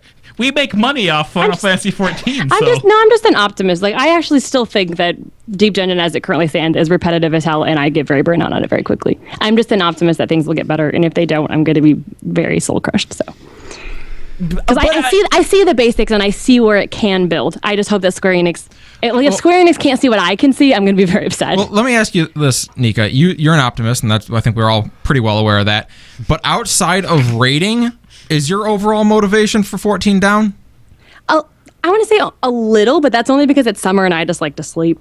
Because when I'm up, I'm on the game and I'm doing my roulettes and stuff. But honestly, I'm getting a little bored of just having 2 expert dungeons. That's my main thing, which everybody is. But in general, like because I'm still working on my relic, I know I need to do my roulettes every day so that I can do that. There's also a lot more triple triad cards, so I'm spending my time doing that. Like I still have other stuff I'm doing in my downtime. I actually have seen a resurgence in triple triad players recently, which is weird. That is depressing is actually the word. Triple Triad is a lot of fun. I think that's one mini game they did really well. Like every agree. single patch, they add new cards and new NPCs, and like I'm constantly doing these. You're right. They made an amazing addition to FF14 back in 1998 when they made that game. No, you know what? The way they add the collectibles in is they did a good job. 2.0 content. This is what I hate. Okay, I hate Triple Triad because it's barely a card game. Okay. Oh my god. Square Enix needs to add a real card game, the like card game Magic connoisseur or Hearthstone, a card game with like mechanics and spells and like. So actually, if they added a Magic kind of clone, like their own Magic Hearthstone clone, actually I'd be into that. So Lords of Verminion, except with cards. Well, no, but not garbage. No, but I mean, like you know that if you ask that from Square Enix, they're just going to go, "Here's Lords of Verminion with cards." Like they're not even going to buy. It's not going to be cool. Play it. I promise he still plays it's going to be all of the. Triad was at least thought out enough that it's a fun system, it's a collecting system, and you always feel like you have more to get. So I'm not. I'm just saying, like all of your cards are going to be based off of minions. That's all. Square Enix, hire me, and I will make your card game system. Okay, I will make sure it doesn't suck. Yeah. Get out of here. Okay. All right. Before we move on from this and get into the FFFL draft, real quick, because Pokemon Go is the biggest thing in gaming right now. We're going to be talking a lot about that over on our other show, Final Encountercast. Make sure that you join us live at twitch.tv/Final Encountercast at 5. We're going to be going through the latest gaming headlines, talking about some Pokemon Go, and talking to you as well. So join us live over at twitch.tv/Final Encountercast. But what, we talked a lot about motivation. We talked a lot about, how does a game motivate its players to stay involved and to stay plugged in.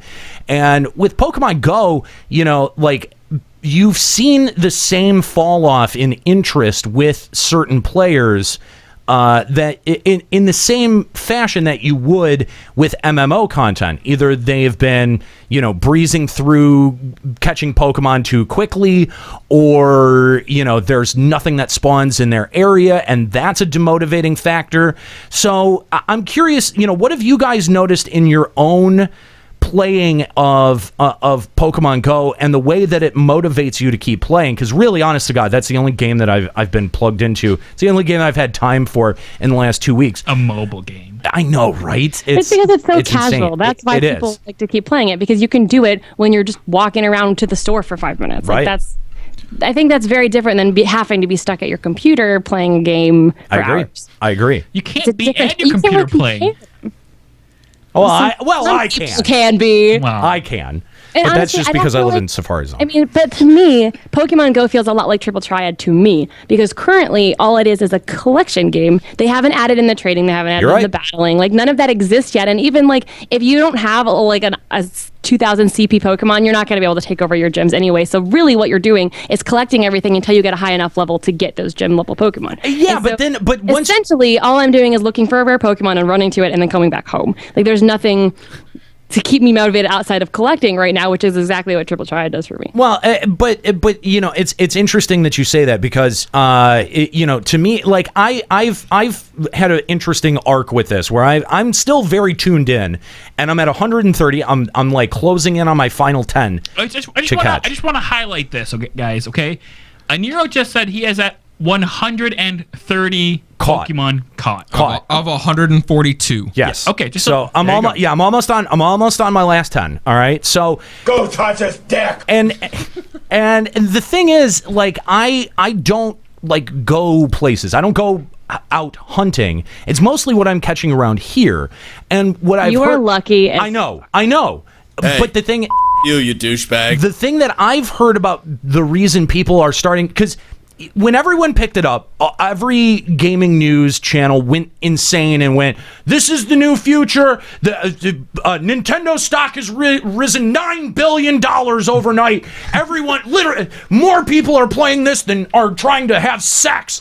It's everyone lost their fucking mind about it, and now 4 weeks out from its release, we're seeing the normal shakeout drop off. Yeah, what you'd expect. And no, those same fucking channels, and I'm gonna call them out too. Guys, come on, you're smarter than that. You guys are so much smarter than that. You're produced by Rooster Teeth. You can't be this dumb to sit there and talk about, well, Pokemon Go is dying. No, it's not. Come on. I know, especially because World of Warcraft is dying. I know, it's the same. It's that same shit. I've read so many more articles that are like any of Niantic's games. If you know anything about Niantic's games, that the gameplay builds and updates and goes and blah blah blah, and it always gets better. It's like an MMO. And they've already they've already given us a ton of things that they're adding in the future, and so all you have to do is look forward to it. So I'm just the way that the game rewards, the way that the game, there's also that whole turf battling thing, which I think is really cool. Those aspects I think have really done well at activating people's desire mechanism, right? Like, that's what you want in your game. You want your desire mechanism to be fired. A little bit of that Pokemon lust. Like, I want that 2000 CP Snorlax. God damn it. Yes, exactly. Oh, yeah. and it will make you break behaviors to be able to do that. And I find that really fascinating. And I think that there are lessons that Pokemon Go teaches us, not just about not just about MMOs, but about game development and player incentive that is really important, and that everyone should be paying attention to. Well, I think what Niantic has captured so brilliantly is that human beings measure what they have based on what others have. That is also true. No, holy shit. We do as humans, and like people like Nika, me, and Juxta, we get super mad at you. It's a dick measuring tool, yeah. Because you sit here in the Safari Zone while we live on Route 1. I wake up and my little radar every day is like 6 Rattatas, 2 Weedles, and a Pidgey. Now, look, but I'm going to shout out that my Dratini spawn has not changed to an Eevee. There was a Dratini a few minutes ago. Neither has mine. Mine is still popping Dratinis. But the point is, you send pictures into our host chat every day of shit you found and caught, and every one of us says, "Oh, nice, cool," and thinks, "Fuck you, you asshole." I know. Actually, I just stopped responding. Yeah, Can't handle it. a lot of us have just been like, "I'm done. I'm not talking to you Love anymore." the show and the game because of you guys so much. I made a sub for LBR. Yes, we're gonna, Fonz. We're gonna get to that. We're definitely gonna talk about your subreddit before we go. But my point is though, like, the reason the game works is because there's places where garbage spawns and there's places where tons of awesome stuff spawns, and it makes me want the good stuff that I can't get at my house. And you have to, and the game doesn't give you an easy way to get it either. You have to get your ass up and you've got to move. Yep. And that's the thing, is that it is very hardline about that restriction. Like, look, you've got to do some work. You've got to do some effort. And there are people who are lucky, like me, who live in the city, or there are some people. Anyone who works downtowns at like Quicken or anything, you know what I mean? Like, they've got easily as banging a collection as I do, because they can sit at work or they can take their lunch hour and just sit at a lure spot. But on the other hand, you will never feel the way I felt when I caught my Snorlax in my town. Because I've been sitting here lusting after a Snorlax. I want one, and finally he appeared. He was on my radar. My heart nearly came out my throat when he popped up. It'll happen. I mean, the Kabutops. I saw Snorlax on my radar, and then I've never seen it again. If I ever saw a wild Kabutops, I don't know that I'd be able to catch it because I'd be shaking too much. But I'll probably end up evolving it. Anyway, I don't want to get too bogged down in Pokemon Go. We've got that set aside for Final Encountercast. That's coming up next over at twitch.tv/Final Encountercast. Before we get into the FFFL, want to take one more call here from Crimson Tinted from Balmung. Crimson, what's going on? Hey guys, how you doing? Thanks for having me on. Thanks for giving us a call. What do you want to talk about? Okay, so I caught sort of the tail end of the last discussion topic here about 14 and the lulling content and sort of the dip in interest that everybody's having. I've been thinking about this for a number of weeks now, and the more I think about it, the more I realize that there's very little content in this game right now that you have to do with a static list of people. I mean, ever since 2.0, you have all these dungeons get rolled out. You can queue for them solo if you want to and wait in the queue. All this content comes out. Diadem comes out, and it's every man for himself to get a bunch of loot. Yeah. They've thrown all this content our way, and the only real content that's gated behind not the individual is either a full party raid or a light party PvP. Well, and I don't understand, honestly, why Squeenix thinks they can keep pushing this individualistic content at us, when if they would expand into other forced group content where you can't do it alone. If there were free company-based pieces of content, right? I think that if I had to guess, I think we'll probably start seeing content like that added with 4.0. As we move forward, it seems like a natural progression to start looking at even bigger events than 3 alliances, or an alliance rather, 3 parties. And to me, it seems like a natural progression to start looking at server-wide events, or events that you flag participation in, similar to a campaign style or a besiege style event from FF11. And I think that's where we'll start seeing some of that. We may start seeing that with the Grand Company events that they keep talking about. I forget exactly what the Grand Company events are called. I keep Platoons, that's it, yeah. We may see something like that, but other people have also theorized that that's just going to be a way to bring in bots to dungeons. So we don't really know how that's going to end up panning out. But I think you're right. I think that having a system that allows you to do things in a party or solo, or that you can queue for in a party or solo. Like, remember when you couldn't queue, and you can't queue for the current raids, in Duty Finder. But remember when you couldn't queue any raids in Duty Finder and you actually had to form parties? There was actually a bit of a hindrance behind that. Like, FF14 doesn't exactly lend itself well to systems outside of matchmaking. And that's why I think you keep seeing matchmaking systems being placed with PvP and being placed with Diadem and everything else. And that's to circumvent the whole looking for party for 4 hours problem that they had with FF11. So I'm not sure what the function of that would be, other than to say, look, this is a restriction that we're choosing to make because we think it's going to, have a better impact on the game. I think that if they made that justification, I would roll with it, but I don't see them making that justification just based on what they've done in the past. Yeah, and I'll give you the biggest example that popped up in my head. 24v24v24, random Grand Company. Half the people don't listen to your PvP. Sure. Imagine if that was free company versus free company versus free company. That would be nuts. That would be so much more fun. Yeah, that could be nuts. And I think that in that case, it's just giving more tools to build parties. Because, especially for PvP, you can't queue as a party. You can't, there's limitations on how you can queue. So, good point. I appreciate the call.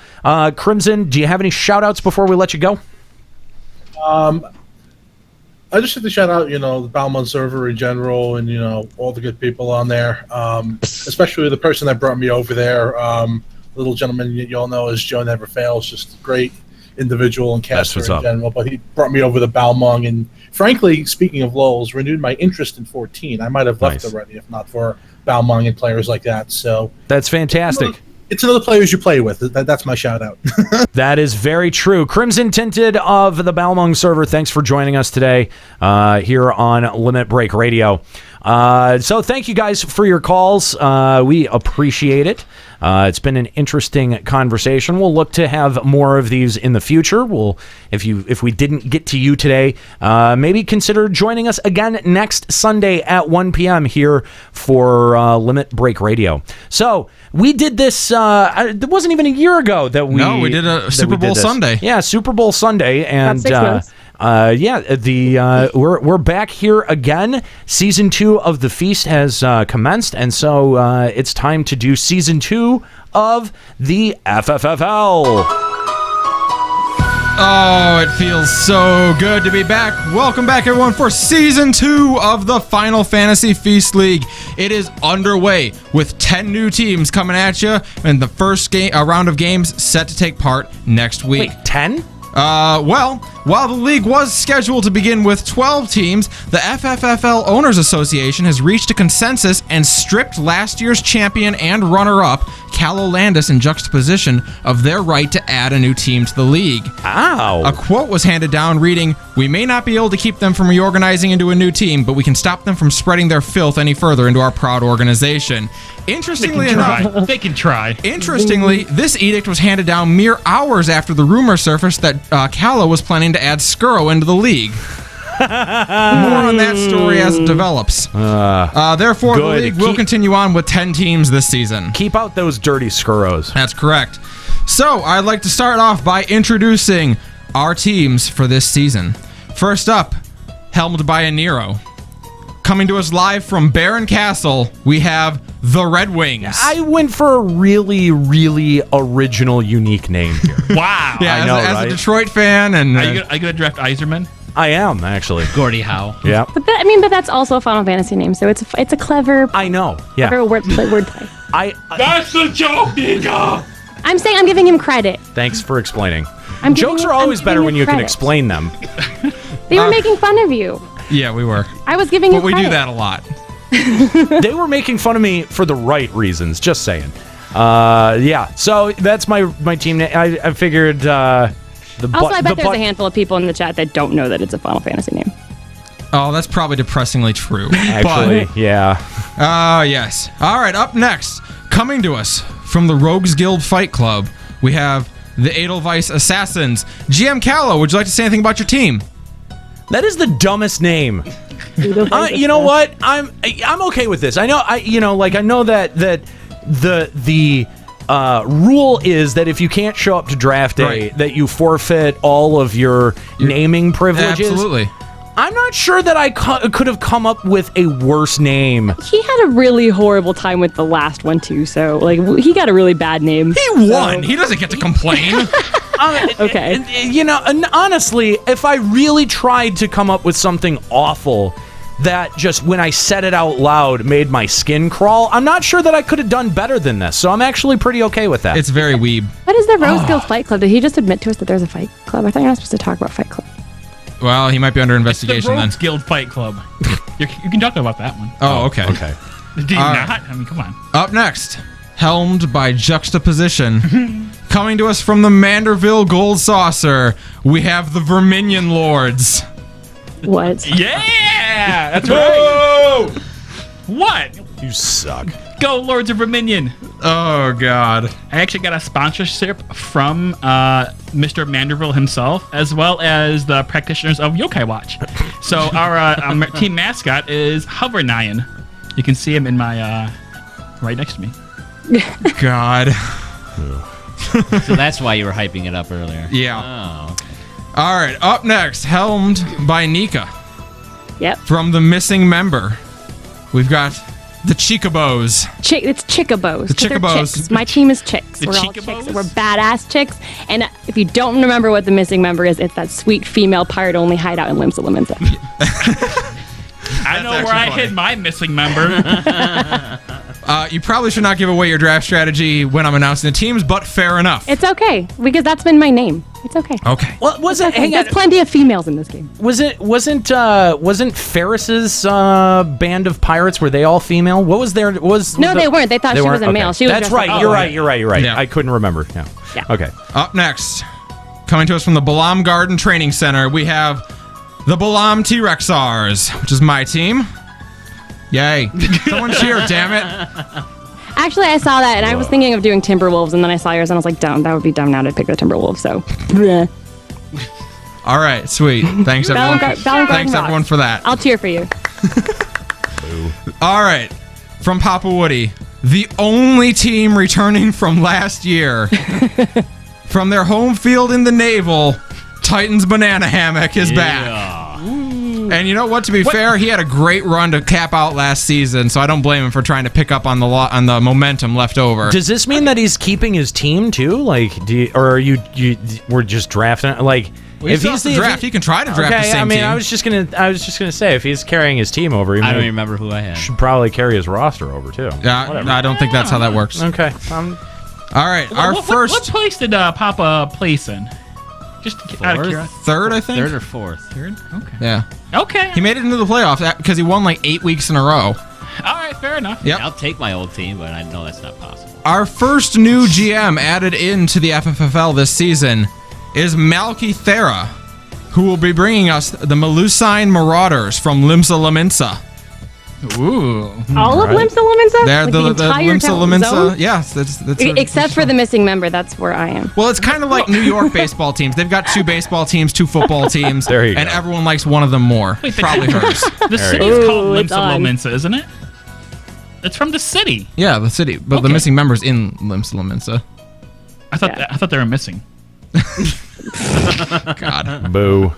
Up next, we have Gordor, who's the only do we have Gordor on the line? I don't know that Gordor ever even showed. I'm not. In true Gordor fashion, yeah. I'm naming exactly. it Gordor's Goldars. All right, there you go. Hold, no, Or Gordor's Golducks.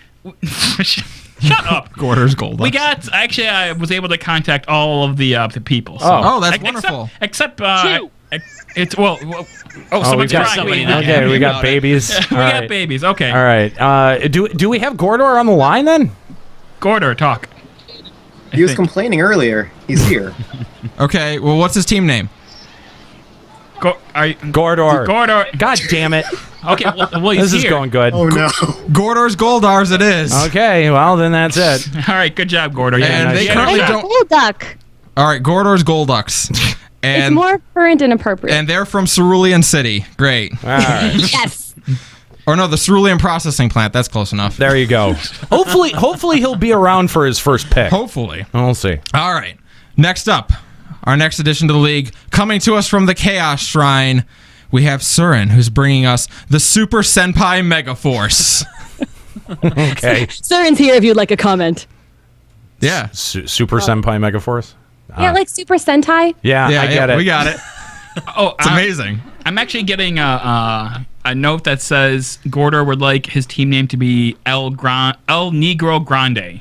Okay. Oh my God! What? What? All right. I mean, we're pronouncing this properly. It's El Negro Grande. No. I hope. I think it's at his request. I happen to love Negroes and jazz. Did he put the pronunciation in? No, of course not. Okay, so El Negro. We're gonna assume They're from the Midgard slums. The Midgard slums. God. 7. I think I see where this is going. Oh no! I think I see where this is going. Anyway, all right. And last but not least, joining we have the Mad Hatter, who is from Quarry Mill, and his team name is Bimbo USA. Do we have Mad Hatter on the line? Hello. What's up? What's up? Hi. So, okay, guys on the line. Speak when spoken to. Yes, please. Don't speak for other people. Only just speak when we're trying to speak to you. Mad Hatter, thanks for being a part of FFFL. You ready to draft today? I am ready, and thank you for having me. All right. All right. I'm going to go through some quick rules changes, and then we're going to get into the draft. So unlike last season, there is no bench slot. So teams will be comprised of 5 players. There is not a hard restriction on what roles will need to be filled, but please keep in mind the goal is for the party to do battle with another group of 5 players. Players will have a number assigned to them like real athletes. Our GMs can choose the numbers, or I will assign them randomly. If you want your own custom numbers, I need them by next week. Each team will now have home and away games, which voters should factor into their decision. And rather than a free-for-all, each team will be given a division. You will play your division rivals twice and also play 2 of the other teams in the other division once. After 10 weeks, the top 2 teams in each division will advance to the playoffs, and a 2-week playoff will determine the league champion. Our draft order for today is Nika, Malkithera, Aniero, Surin, Iskalia, Mad Hatter, Gordor, Kallo, Papa Woody, and Juxtaposition. And then it reverses. And then it reverses order every round. Yep. So we've got an hour to do this. We're gonna get through as many rounds as we can in an hour. If we finish up, we'll read emails at the end. If we don't get to the end, we'll finish up doing the draft off the air. Yeah, we did the draft last year. It was a lot of fun. We're gonna do it again in a similar fashion this year. Instead of callers calling in for Kallo's auto draft, because Kallo's the only one on auto draft, right? Yeah. Is Gordor actually here? I'm here. Yeah. Okay. Yeah. Okay. Gordor is here. So, should I get Surin into the call as well, Nico? No, Surin's right next to me. Okay. Yeah. All right. Because we would end up picking up on each other's mics. Wouldn't be a good idea. Yeah. So, how do we want to do auto draft for Kallo then? Let the chat call it out. Most votes in the chat, maybe. Just chat. Call it out. I sort of feel like that would take a long time. I mean, it's just like a group vote of everyone here. Be like, blah, blah, blah, blah. Just like that. But I feel like he shouldn't end up with one that somebody else actually wants because he's not here. Well, I mean, but it is auto draft. Yeah, auto draft. He should get decent players. That's how that would work. Hang on. We booted Skuro, but he's still here. He would have. Oh my God! Can we let Skuro draft? He would. Yes, this is what we're doing. He would have been Kallo's. Kallo would have been bringing him into the league. We're gonna make Skuro draft for Kallo. Skuro's gonna be Kallo's manager? Skuro's gonna be Skuro's gonna be auto draft.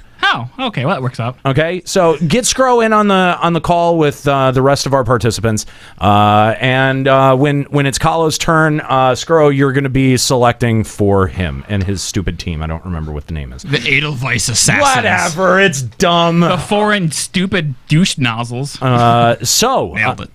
Nailed it. Good job. Nailed it. So, are we ready? Let's take it away. Nika, you are on the clock. Sweet. All right, starting with badass chick number 1. Of course, I'm picking Tifa for my team. Tifa is number 1 off the board. Number 1 pick, Tifa. There you go. Actually, it's pronounced Tifa, so unfortunately, you lose your draft. Shut up. All right. Well, and we've also got a draft board. Ascalia is an actual draft filling out the draft board. Just keep it going, guys, and call them out to me. I can't. So our second pick goes to Melky Thera. Melky, who would you like to pick for your team? All right, badass number 2, Shantoto from Final Fantasy XI. Okay, Shantoto. So, guys who are hanging on the line, we're basically just going to pot you up and pot you down when you're making your pick, just because there's a lot of background noise going on between all, 4 of you, and so it's just, we don't want to have that hanging out on the line. On the clock, we move to Aniero Grigori. All right. So with my selection, I am going to pick Lacheus. What the fuck is that? You want a lake? That is. Can you draft a lake? That's a character from Final Fantasy Crystal Chronicles: Echoes of Time. How do I spell that? And why is he going in the first round? Lakeicius. I mean, if that's the character you want the most, that you think, you want to get off the table right away, I'm scared for the rest of your team. Okay, so... How do you spell that again? Lakeicius. Lacheus. Lacheus. If there's another well, C, of course, with that obviously on everyone's draft off the board. That was my first shit. pick. I don't know what I can... What's your favorite part All of right, everyone, lake? redo your draft boards. Nero's stealing your pick.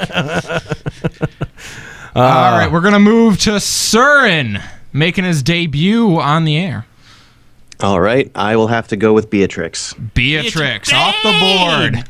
Beatrix, twice now, she has been picked first round. Sniped from under you? Yeah, I wanted her too, but, We agreed. I'll get Tifa. Collusion. Oh, my God. Jeez. That's something you admit to after the draft is over, not after the first pick. Okay. We live in the same house. It's inevitable not Gotta to know. love the league. Oh, my God. Okay, we gotta... This happens in the real fantasy leagues, too. All right, now I'm going That's to why we don't change let my girlfriends drafting in. strategy. Before, I wasn't going to pick all girls, but now I have to pick every single one just to throw Nika off so we can anti-collude her. Go for it. All right. Moving on to my first pick in the draft, I am going to surprise absolutely no one and pick Squall. Okay. All right. Squall. Our next pick goes to Mad Hatter. Mad Hatter, what do you? Who would you like to pick? I am going to choose Waka. Okay, Waka off the board, going to Mad Hatter. Waka sat on waivers for 8 weeks last season. No, I dropped him off of mine. I started with him, and I dropped him because he wasn't winning me any rounds. So good luck. All right, Waka's off the board. All right, we've got Gordor next. Gordor, who is your selection? Barrett. Barrett. All right. Barrett, wow. That's actually a pretty solid pick. That worked out well for Kallo. Yeah, Barrett going to Gordor and El Negro Grande. El Negro Grande. Yeah. Oh, jeez. Kallo. So next is Kallo. The Scroat. Scroat. What are you picking? What are you auto drafting for Kallo? I think I'm gonna pick up Fran. Fran it is. Interesting. She was second round. Pretty good one, actually. Okay. I can't blame him on that one. Yeah. Got to get that furry vote, man. That furry vote. That takes a powerful player off the board right there. Well, you got to watch out in the voting. The furry caucus is big business. All right, Papa Woody, it's over to you. Yuna. Okay. All right. No one's going after my strategy yet. That's good. Fuck. You don't have to worry about Fuck anything. you! Dang it! All right, and closing out the last round, we have juxtaposition. Fine, you know what? Yeah. I'm going to power play it. Picking Cloud. Oh. Okay. All right. Juxta changing his draft strategy, I think, 3 times. Mid-draft. Yeah. Up to his first draft pick. Round. Yep. So back to Juxta again. Yep. It's the first pick of the second round. Cloud's girlfriend, Ares. Is it Aerith or Ares? I thought it was Aerith. Okay. Aerith. Either way would be Ares, not Ares. Aerith. Well, I should pick Tifa because she is still available. She's off. She's also not dead.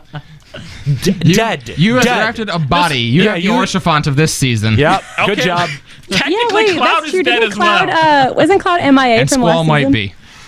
No, Cloud Didn't is Cloud dead. disappear last season? Aniero's team killed Cloud Yes, last that is right. So how are you drafting him if he's dead in the ground? So you're just drafting corpses now, Juxta. Are you also going to draft Tella too? I might. I'm on watch for Galuf and Orshafont next round. Yeah. Okay, well, all right. You don't understand how this works. I'm going to lose everybody now. Back to Papa Woody. Papa Woody. Lulu. He's going Team 10. Yeah. Interesting. Interesting move there. All right, it's back to Kallo. So Scroat, we got to get your pick. Saz Katzroy. Ooh. Who is it? Saz. Saz. That's probably a pretty brutal hit to Team Negro Grande. It might be. It might be. S-A-Z-S? Does it matter? We know who that is. But do we really know? Yeah. So, Gordor, back to you for your pick. Skrull, you're gonna fucking die. Raubon. Raubon. All right. Okay. All right. He's definitely a big Negro. Old one arm. All right. Oh my goodness. All right, and then back to Mad Hatter. Mad Hatter, how about you? Has Shanto been picked yet? Yes, Shantoto has been picked. Yep. Joe never fails. Okay. Oh! God. Joe never One of my fails. picks from last season. Taking JNF off the board. All right. So Escalia, you're up next. Oh, great. Yeah. Who are you picking? I'm writing down names. We can write down after. How do you not? Hang on. How did you not have stickers ready to go? Oh, yeah. Seriously. Well, sorry, I didn't have one ready for Lachius. Well, you should. Clearly, I should have. All right, I'm taking Zidane. Okay. What's your strategy behind that? Make Kallo mad. Kallo's not here. Yeah. Yeah, but he'll be mad when he finds out he can't get him later. All right. So it falls back to Surin. Surin, who are you picking? I think we need more monks, so I'll pick Sabin. Okay. All right. Okay. All right. Sabin. Now, Sabin is a good pick, but are you sure you don't want to go with clearly the power play of what the fuck is that guy's name? Papa, you know him. Who? No one's drafting him this season. The guy whose picture I couldn't find for the whole damn year. Bannon's Sprite remix or Sprite swap. Master Duncan. Duncan. Oh, that's right. I remember him from last year. Yeah, I do too. I remember looking for him forever. Yeah, we're still trying to find him too. Yeah. He certainly didn't show up to play. All right. So back to me, huh? All right. That is correct. Let me see. What notable character are you going to pick? I'm gonna pick. Do you just have a wiki open of obscure characters? No. I'm going to pick No. Lael. Who? Lael. Ladle. From Final Fantasy Crystal Chronicles: The Crystal Bearers. How do I spell that? Layle. Jesus Christ! Have you never played Final Fantasy before? My God. You're really terrible at this game. God damn. We're going to have team mottos this season, and yours is going to be, how do I spell that? Kidding. All right, Malky Thera, it's your pick. Malky. You guys stole my plan of making Kallo mad. Oh, damn it. That's a pretty obvious strategy. Yeah. Also, I mean, it's draft everyone's strategy for many people here. LMFAO at what a noob you are. I mean, totally valid. Don't get me wrong, but yeah, I feel like a lot of people are going to be going after that. All right, Malky, what are you? Anyway. Yeah. Freya. Freya. Okay. All right. Getting a bunch of dragoons in this draft. Yeah. All right. Cool. Really early. Yep. All right, Nika. Badass chick number 2, Iceheart. Oh, you sail. Yeah, Ysail. Okay. Okay, well, she drafted Iceheart, which isn't actually another person, so Nika currently sits at 0 heroes. Stop it. Congratulations, Nika. Stop it. And it falls back to Nika for her next pick. Yep, third round. Yep, third round. First pick, Celeste. Celeste. Okay, all right, from FF6. I feel like when we did this bit before, there was a lot of people like actually deciding in the moment. I feel like you guys have like strategized and like really We've got a whole season to think about it this time. thought about this. Yeah, I guess so. I mean, we're getting through this really quickly. Plus, we also had to really consider our drafting strategy because we had 4 team slots to pick around too. That's true. So our draft order goes now back to Melky. Melky? Oh, crap. Okay, let's see here. Pick in the moment. Yep, Onion Knight. Onion Knight? Okay. All Onion right. Knight. All right. Interesting move there. So for him, for Melky, we've got Freya, Onion Knight, and Shantoto. Okay, interesting. I think it's an interesting call taking your kicker in the third round. It's a bold strategy, Con. Let's see how it works out. Very bold. It is. Interesting. So next is I've got the next pick. Yeah, back to Aniero. All right. Would you like to pick Lude? I hear he's a pretty good person from Final Fantasy 12 Revenant Wings. Yeah, where's Lamo? Is he up next? No, I am going to be choosing the protagonist from Final Fantasy Legend 2. Ooh. Oh, yeah, okay. Who's that? I don't know. It's listed as the protagonist. Yeah. Oh, my God. That's right. The protagonist. I mean, he beats the game, so, he's got to be pretty powerful. He's a strong dude, yeah. He is. Yeah. Absolutely. Make sure you write all that down. Don't lose any of that. The protagonist from Final Fantasy Legend 2. The Game Boy game, mind you. Original Game Boy. I believe it was... Legend or Legends? Legend 2. It became a Saga game, I'm pretty sure.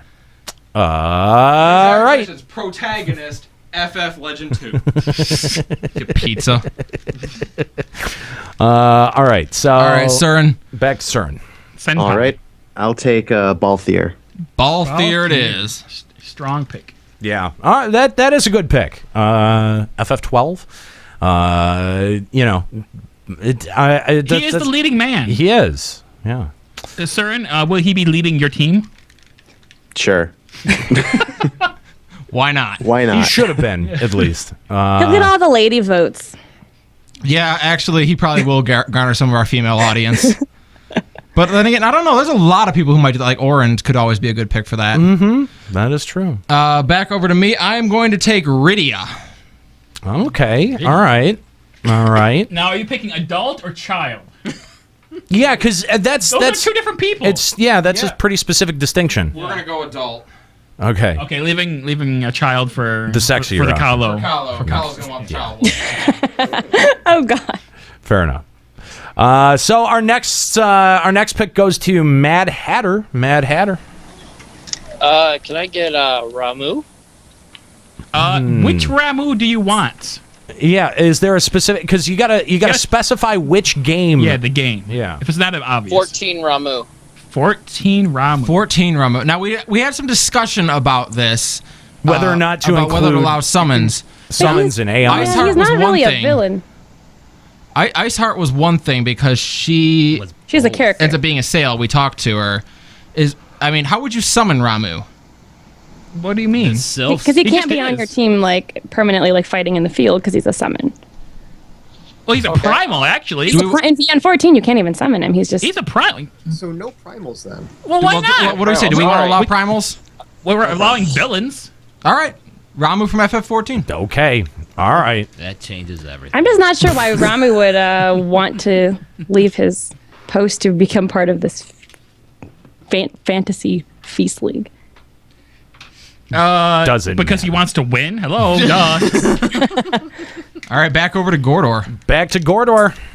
Vivi. Okay, Vivi.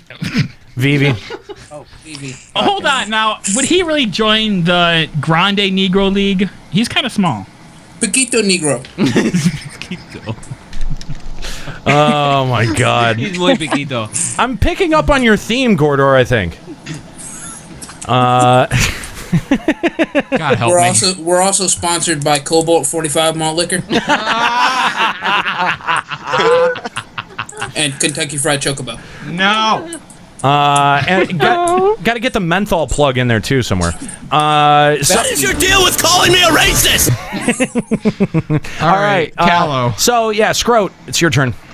Tifa because tits and reasons. Oh, she's been picked. Oh, she was picked. She was the Are number you- one overall pick. Paying attention? That was the first Not pick bad. anyone. God, you're stupid. This is All why. right, This is then. why we kicked you out of the league. You could even pick Tifa because Oh my she's God, not you been get trapped. Then I will do Thancred. Thancred. All right. All right. fan cred. Okay. At least that's one that hadn't been Actually, picked. that's the kind of like Kallo. He's a ninja too, like Kallo, so he'll appreciate that one. Yeah, but we don't want him to appreciate his picks. No. Well, Skirrell's being way nicer to Kallo than I thought know. he was going to be. I feel like Skirrow's on his payroll or something. He's gonna be so pleasantly surprised when he finds out that Skirrell picked his team and these are the players he got. He's like, oh, that's, that's I delightful. thought Skirrell was going to actually pick like all the children or something really horrible. Yeah, or like all the furries or something smart. But Yeah. I guess he's not clever. So No. Okay, my apologies. I expected a lot more from Skirrell. That What was did my you learn? mistake. That was my mistake. You should know not to do that. Yeah. You should definitely know not to do that. Papa Woody. Kane. Kane. Okay. Kane. Hey, All right. the original Estinian. Oh, Back to Juxta for 2 picks. all right. Who do I got? Oh Cloud yeah. and Aerith. Oh, we definitely need a tank on our team. So yeah, we're gonna go with Hearts and Farts. Okay. All right. All right. All right. And for the round 4, we definitely need a caster, so we are going with Tella. Okay, so you're drafting corpses. Thank you. All right. Yep. Tella, you said? Yes. I don't think you will guess my last pick though. Is it Galoof? No. Is it Gravelord Nito to bring them all back to life? Ba-da-ba-ba-da-ba. Dark No, Souls it's- reference. It's Rachel. What? Maybe. Locke's girlfriend. Papa Woody. Yeah, he's doing And close. to mirror my last season's team, Kyan. Who? Oh, Cyan. Cyan. Oh, yeah. okay. All right. Yeah. It's the okay. exact same team I had last time. Well, you're gonna get one more pick, bro. Yeah. Oh, okay. Well, I'm gonna pick that one then. Do you remember what it was? No. Okay, then. It was All right, Duncan. back to Kallo. Yeah, so Scroat, your turn. Scroat. Scroat. Oops. My bad. Robel Akbel. Why not? Wait, what? Robo Lecco? Robel Akbel. Oh, Robo Akbel. Oh, the Robel 11 Akbel. Tartar. Okay. I got it. What is it? Robel Akbal, the guy with the taped up face in FF11 with and Wings of the Goddess, the Tartaru. Oh my God. Yeah. Him. Jesus. Okay, that's a Scroat pick. Good job. Good way to go. Back to Gordor. Back to Gordor. Gordor, what's your pick? Laguna. Laguna. Okay. Laguna. Because he has a gun. Okay. And he's black. Is He's gonna pick No, Kyros, he's really, if it not. was gonna be one of those 3. Yeah, that's yeah. He's black enough for me. Black enough. He's white. He hangs out with Kyros. That's close enough, right? He's not black, but he's got a black friend that's close enough. Oh my God. Okay. God, all right. That went to a weird area. So Mad Hatter, refresh or cleanse our palates, please. There you go. Mad Hatter. Vivi? Vivi is taken. Vivi's taken. Vivi is taken? Yep, Vivi is sure taken. is. Damn it. See, I love these later rounds. This is where it's going to start getting hard. Yeah. Yep. Sure is. Well, not for you, Aniero. You're picking people no one will pick anyway. Walks? Who is it? Walks? Lock, you mean? Lock? Yeah. Okay, from FF6. Okay, all right. FF6, the thief. There you go. Yeah. Okay. Yeah. All Fair right. enough. Fair enough. There. Block works. All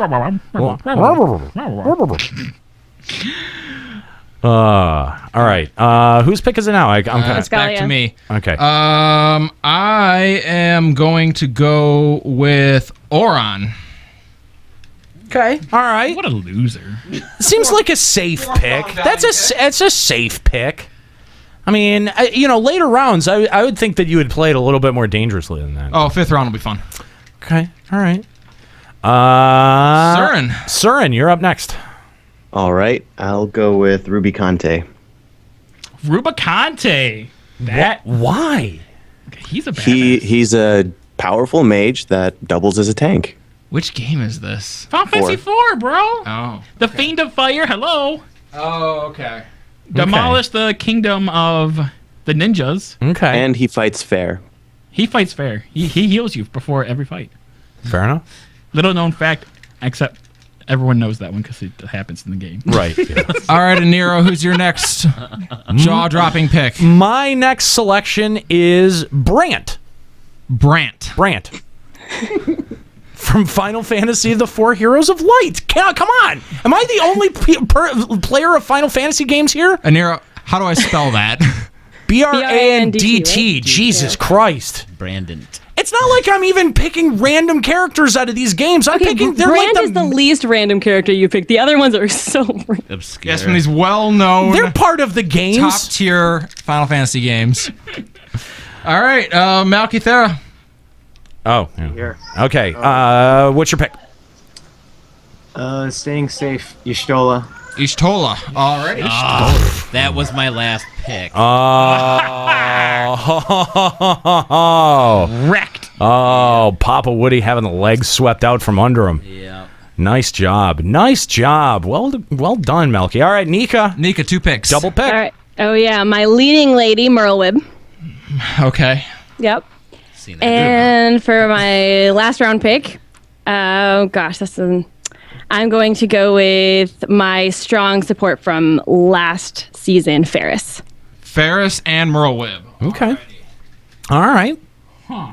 Yeah, Ferris did very well for you last year, I remember. Yeah. All right, back to Melky. Melky, what's your pick? Last pick, right? Is this last pick? Yes, round 5. Yes, last All right. final So round, I have a final round. question. Could I do Brute Justice from 14? Brute Justice. How are you gonna control Brute Justice though? You need some. Yeah, there's gonna need to be some justification for how you would be able to rein in Brute Justice and not keep it from killing you. Yeah, that's a good point. Then I'll switch back to Gilgamesh. Gilgamesh. Which Yeah, Gilgamesh? Which one? 14 Gilgamesh. 14. Great. 14. Okay. All right. We don't know that they're not all the same person. They could be, but and I think they are. They're similar between the games, but they're not all exactly the same, are they? I'm pretty sure they're all the I same. thought 10 was different. I thought it was pretty much canon that Gilgamesh he not in dimension hops. Well, yeah. There's a summoning Yojimbo is who you're thinking. Oh, yeah, I am Yojimbo, thinking of that's right, Yojimbo. Yeah, that's who replaced. Yeah. Yeah. Okay. Yeah. All right. So it's down to my last pick. That's right? correct. All right. I gotta be. I mean, I feel like my picks have been a bit obvious. Like they've been sort of on the nose. Yeah, I'll say. But Solid the picks. last, I've held back the last one just in case because I know that you guys may have wanted them, but I feel like I got to get him. The main character from Final Fantasy Mystic Quest. Oh, Benjamin! Yeah. I love that guy. There you go. Benjamin. Hey, someone that someone knows. Yeah. I love Benjamin. So there you go. Main character from Mystic Quest. There you go, Benji. Yeah. What? That's his only emote. Oh, is it? Yeah. Maybe I should pick the floating crystal that talks to Benjamin. All right, what do you got? Surin's next. I would just like to point out that we started off this draft with Tifa, Shantoto, Lakius, and our last 2 picks have been Greg and Benjamin. Yeah. Well. Yeah. That's the way that it goes. So. All right, sir, and close out your team. All right, last one for me, Furion. Furion. Okay. All right. I have his armor. That's a strong pick. I don't know. I have his armor. I stole it from him. He started out as my tank last year. How did he do for your team? They started 0-4. Yeah. Yeah. Okay. All right. So not the best. All right. All right. For my last pick, I'm gonna take the Inspector Extraordinaire, Hildebrand. He's joining my team. Okay, now you're gonna have to fight. He's gonna get his ass kicked. You're gonna have to justify that. Why He's would joining as a tank. He's invincible. Why would he join you though? Why wouldn't he join me? He doesn't want to work for his dad. He's getting a chance to No, I can chase see off against your Hildebrand team. loving being a part of something like this, but failing miserably. No, he's my tank. He's invincible. Yeah, he That's true. never He doesn't really ever doesn't die. ever get hurt. He never really fights though either. I mean, but he's Neither one do of the tanks. few. All he Well, has but to he's do is one of the stand there and few. get hit. His character model does show damage, so He gets damaged, I mean, sure, but he never the dude fights. was Yeah. shot to a moon and came back, And he crashing made it down. back okay. He is my tank. All right, I guess. I don't know. It still feels weird, but I'll give it to you. Feels bad, man. I'll be nice and give it to you. Thank you, Commissioner Aniero. You're welcome. Mad Hatter, you're up next. What's your pick? My last choice, I'm going to pick Raw Devil from Legends of the Crystallis. What? That's a Going Raw Devil? Raw Devil. Okay, well, Raw Devil. He stole a play from my playbook. Yeah, I don't know who the hell that is. Are you sure you don't want to go with the cooked devil? No, Raw Devil. Boiled? Maybe broiled. Sauteed. Yeah, there you go. Sauteed Sauteed devil. Roasted. Oh, man. Devil cakes. Man, I'm hungry now. I could definitely go for some sauteed devil. All right, and Gordor, your final pick for El Negro Grande. All right, my last pick. I need a healer. Garnet. I don't like where this is going. She Okay. has black hair. How old is the Garnet? No. Like Three 16, black 17. guys, a wigger, and a white chick. Okay, all right. So it's more of a spectrum. Yeah, that's weird. Sure. Gordor, congratulations. You have the weirdest team. I was trying for that, but you won it this time. You can't tie together an El Negro Grande without a white chick. Without a white chick being gangbanged. Okay, sure. All right, we'll go with that. So, Scroat, you've got a final pick for Kallo's team. Yeah, I got my power play pick here. So Eldwine. What? Who? Eldwine. Who? What is... How do Why you are you spell guys? that? Why are you guys stealing my bit on the last round of this? Well, you guys are all calling me out about my pick, so you know what? Whatever. How do I spell that? What is that from? Eldwine. What is it from? What game is it from? 14. Oh. He's the drunk treasure hunter that gets you. Wait, which character did you say? Aldwine? I don't know. Okay. Help. Way to go. you bitch! Way to fuck that up. Thanks, bud. It's Eldwine with a question mark at the end of it. I I don't guess. know what the hell that is. was dumb. And Papa, your final pick. Let's see. From Final Fantasy IV, the Master of White and Black Magic, Tella. I picked him, Tell's bro. picked. It's been picked. Yep. Okay, End how of the last about round. Fusoya? Oh, yeah, we got him. Fusoya? Yeah, why not? Yeah. I need Yeah. yeah. Fusoy. What's he from? I forget. Final Fantasy 4. Oh, okay. All right. And Juxta to round us out. Your final pick for the FFFL draft. My final pick for the FFL draft is the Marmots, which I defeated in 1.0 as part of the Marmot Defense Force. Specifically those marmots? Yes. What? That is a terrible pick. Why not the marmots at least from 11, like Nashmira's marmots? I don't know what those are.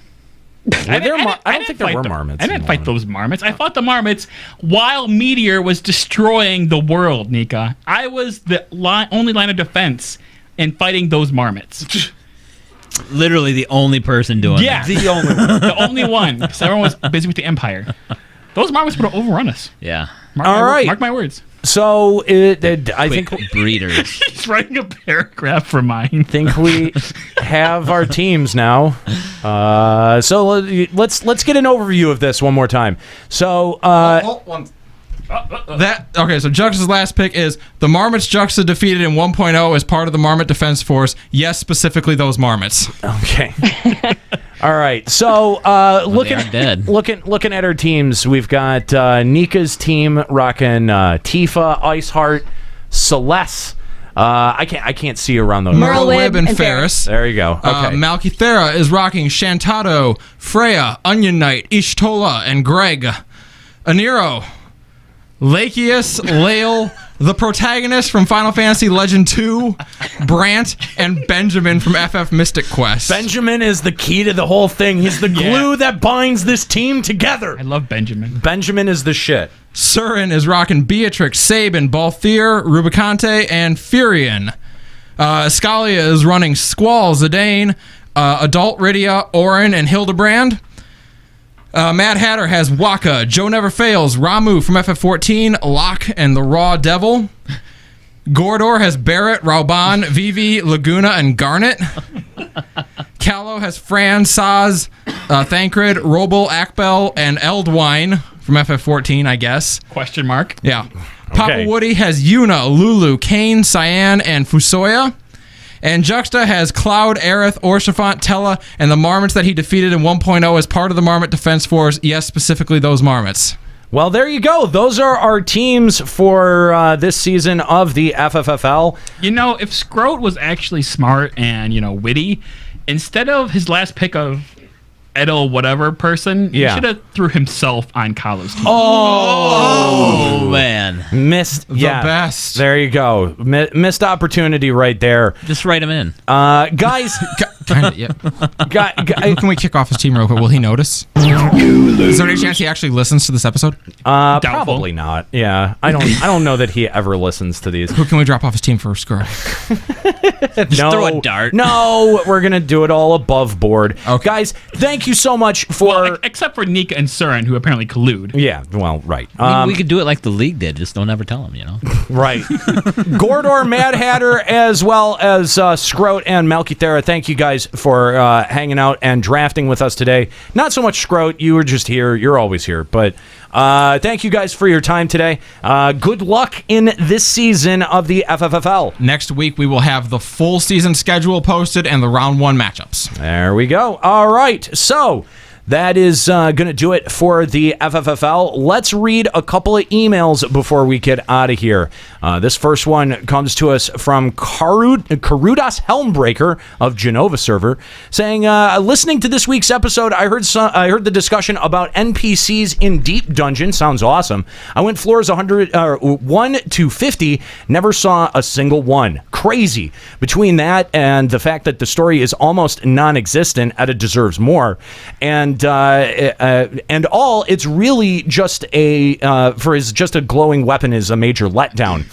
This had so much potential, and it seems that but that seems to be the mantra with the newly introduced systems in this game. Maybe I just need RNGesus to love me more, but I found it to be boring overall. Thanks for another great episode, crew.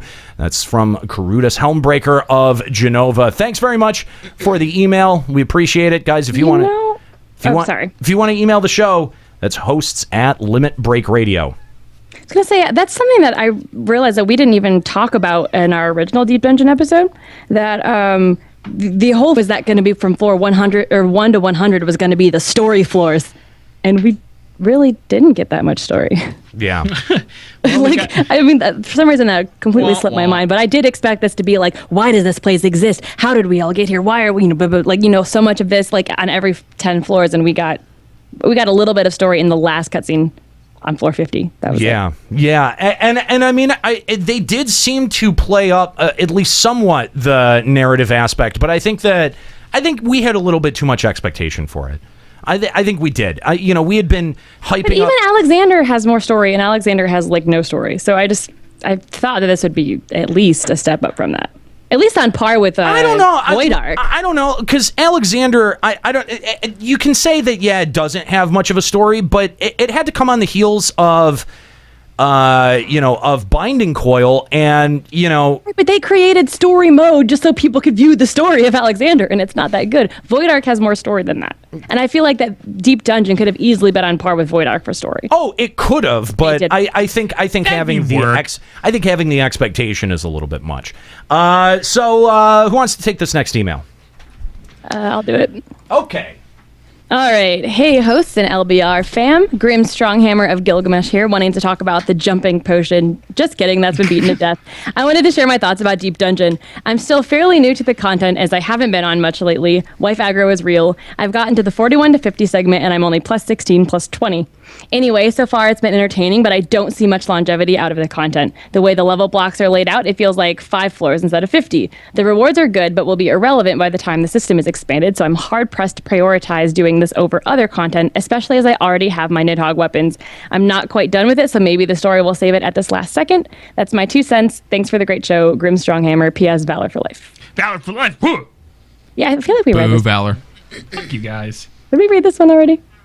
I kind of think you did. Sounds familiar. I remember the talking about jumping potion, and then you guys groaned, and then just said, "Just kidding." I think that's just the ongoing bit. Okay, well that might be. I don't know. I feel like we read it, but I don't know. Yeah, Anyway, if we read it again, congratulations. Twice. Even Melky Thera says didn't reread this. Anyway, It felt familiar, but I don't know if I had pre-read the emails at one point, because I do that sometimes. So maybe that's why it felt familiar. But anyway, yeah, pretty much everyone here seems to agree with your assessments that it doesn't seem to have much longevity or even like big floors. And like for you, you said you don't think that there's gonna be more before 4.0. Like it kind of all hinged on that. Like if we have to wait till 4.0 for more, that's an utter failure. Yeah, I kind of like maybe we'll see floor 100 in 3.0, but I don't think we're going to see the challenge. I think we could though, because if they do 50 floors every time, we're almost hitting 3.4. If we do 3.4, we get to a floor 100. 3.45, we get to 150, and then 3.5, we get to floor 200. Maybe, but.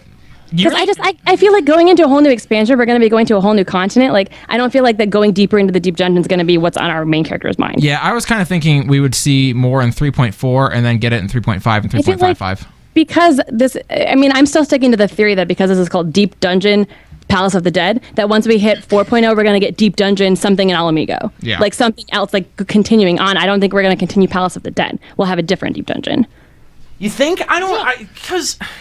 I mean, I think I'm sort of siding with Juxta on this, that we won't actually see an expansion of the Deep Dungeon system until 4.0. Oh, that's a nightmare if that's the case. And that's when we'll actually start seeing additional floors. I mean, we'll be able to tell. You don't think that we'll see more Deep Dungeon floors until 4.0? No. I think we'll probably see 100 before 4.0, but I think that's going to be like 3.5, 3.55. Maybe. I mean, to think... because if they're gonna finish out, if they're gonna finish out Deep Dungeon by the end of the 3.0 cycle, that means that they're gonna have to have floors ready to go for 3.4 and 3.5. And if it's so similar, I feel like the floors are similar enough and randomly generated that I don't think it's that hard to program that many floors. Probably not.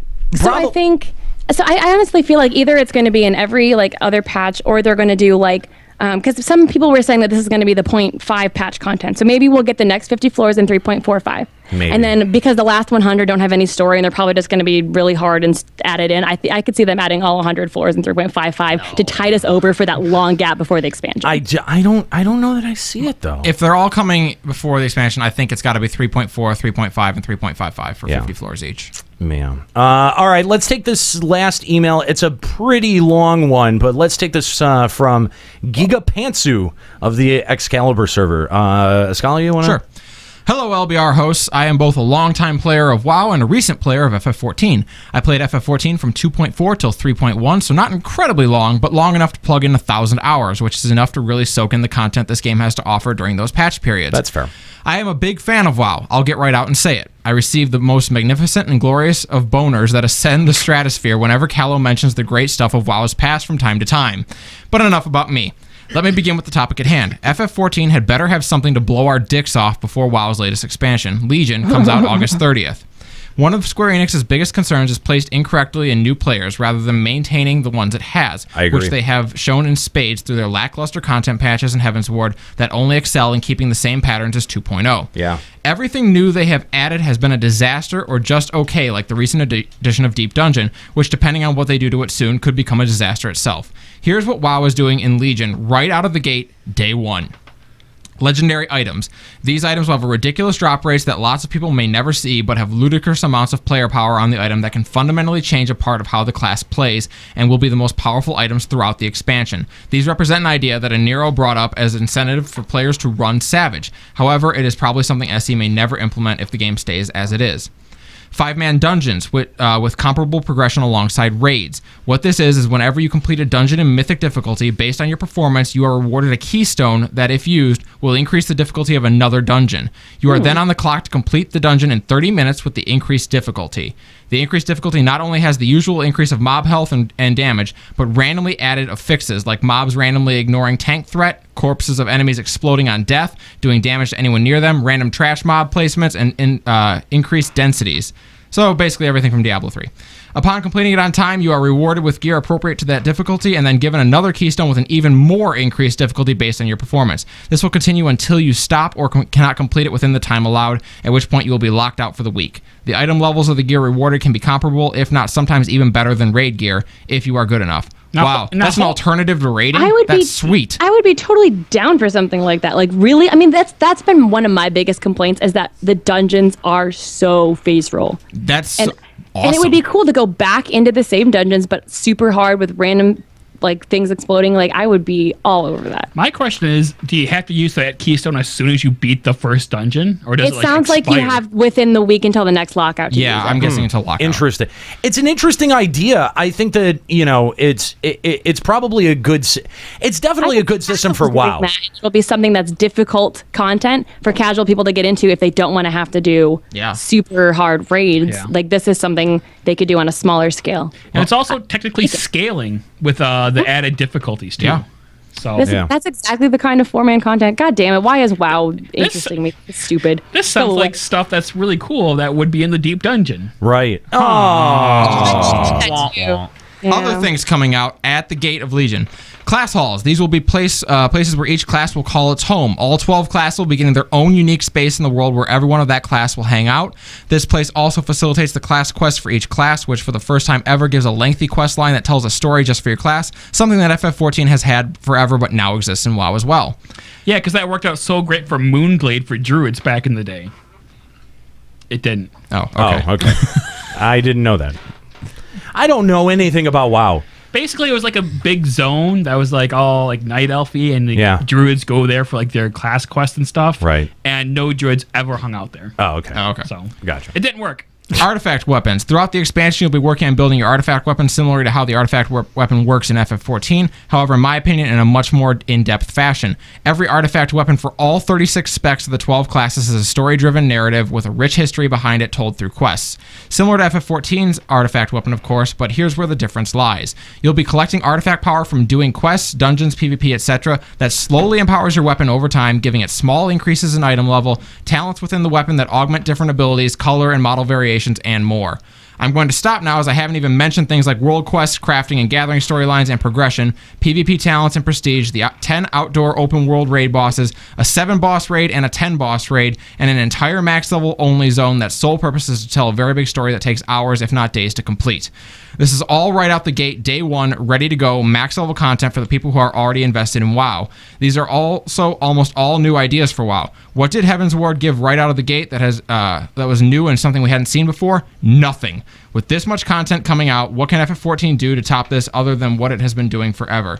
I don't know, but I hope they can scrounge something up soon, or I and many others who I used to play with may never come back.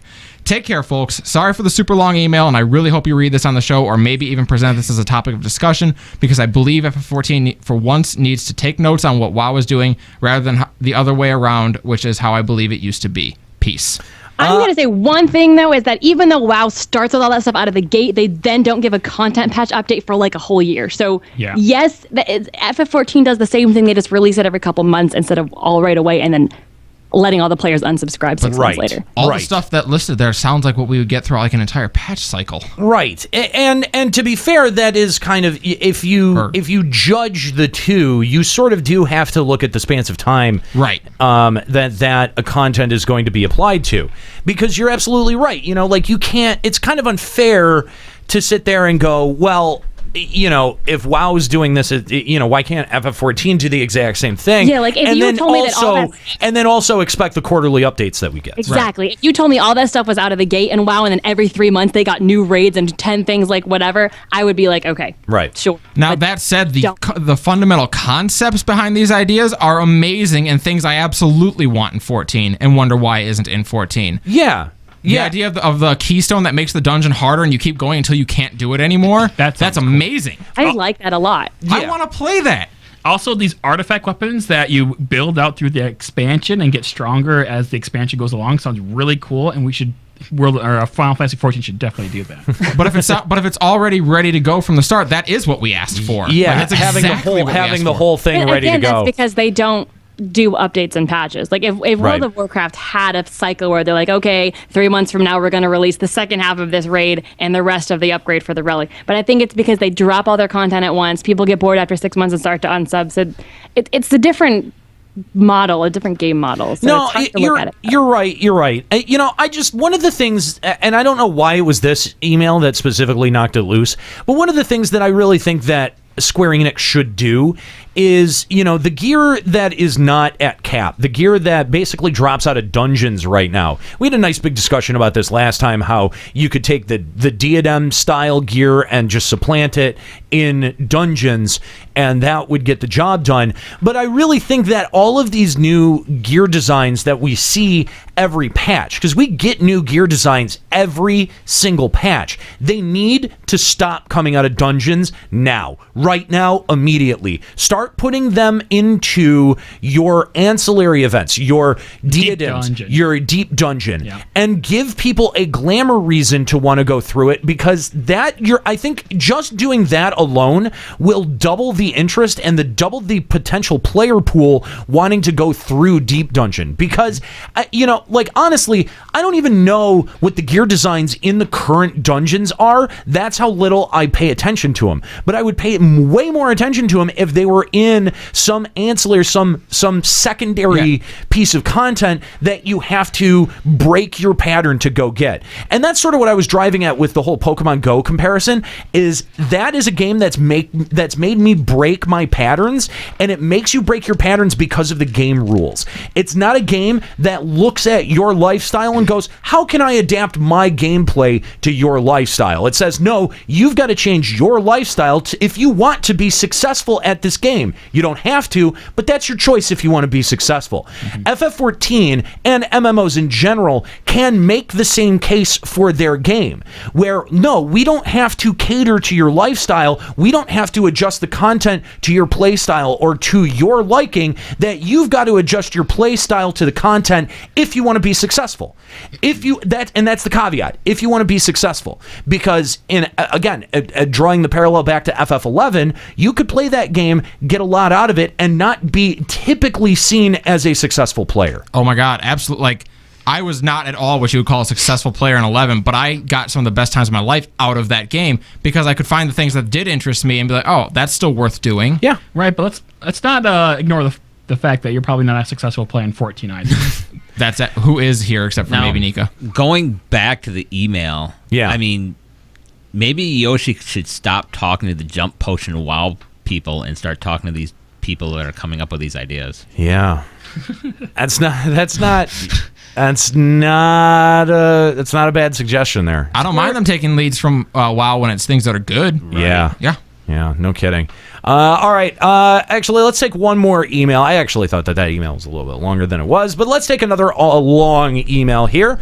Salty Sunday, LBR. My name is Talon Xavier. I'm representing Swag and Tanis. I want to express my utter frustration and disappointment with the game, reporters, and others who have gotten to ask Yoshi P questions about FF14. This message needs to go out to all the Lois Lanes and April O'Neil wannabes with this very simple question. Why in the fuck do these people get to ask these dumbass questions? In what universe? You bumped me down there.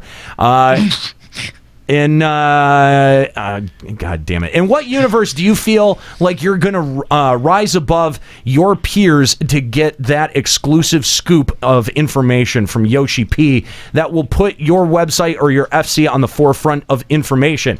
Here's an example from the PlayStation Access interview where the reporter asked questions on behalf of her free company. That's interesting. Having someone who's closely, so closely connected that they're farming questions from their free company. It's pretty typical fare. Are you guys working on any new jobs?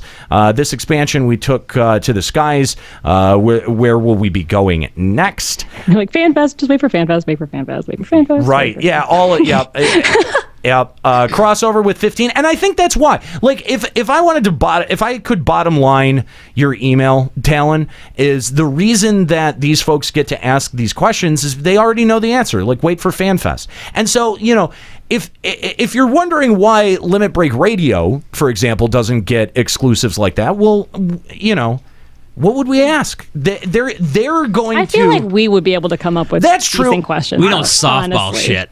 No, I think we could, because I think that we could tailor questions to know what they can and can't respond to. We kind of know what their game plan is for FanFest. And so knowing what their game plan is, we can easily not ask those questions. Like, what's the next expansion going to be? Where are we going? Asking what are the new jobs going to be is a pointless question because they're not going to tell you. Exactly. Yeah. Why would they? Why do you think that they would tell you that in an interview? It's going to be a huge hype point of FanFest. Exactly. So like, you are some random free company. You are the last person they're going to tell in secret here. Like, it's not going to happen. Yeah.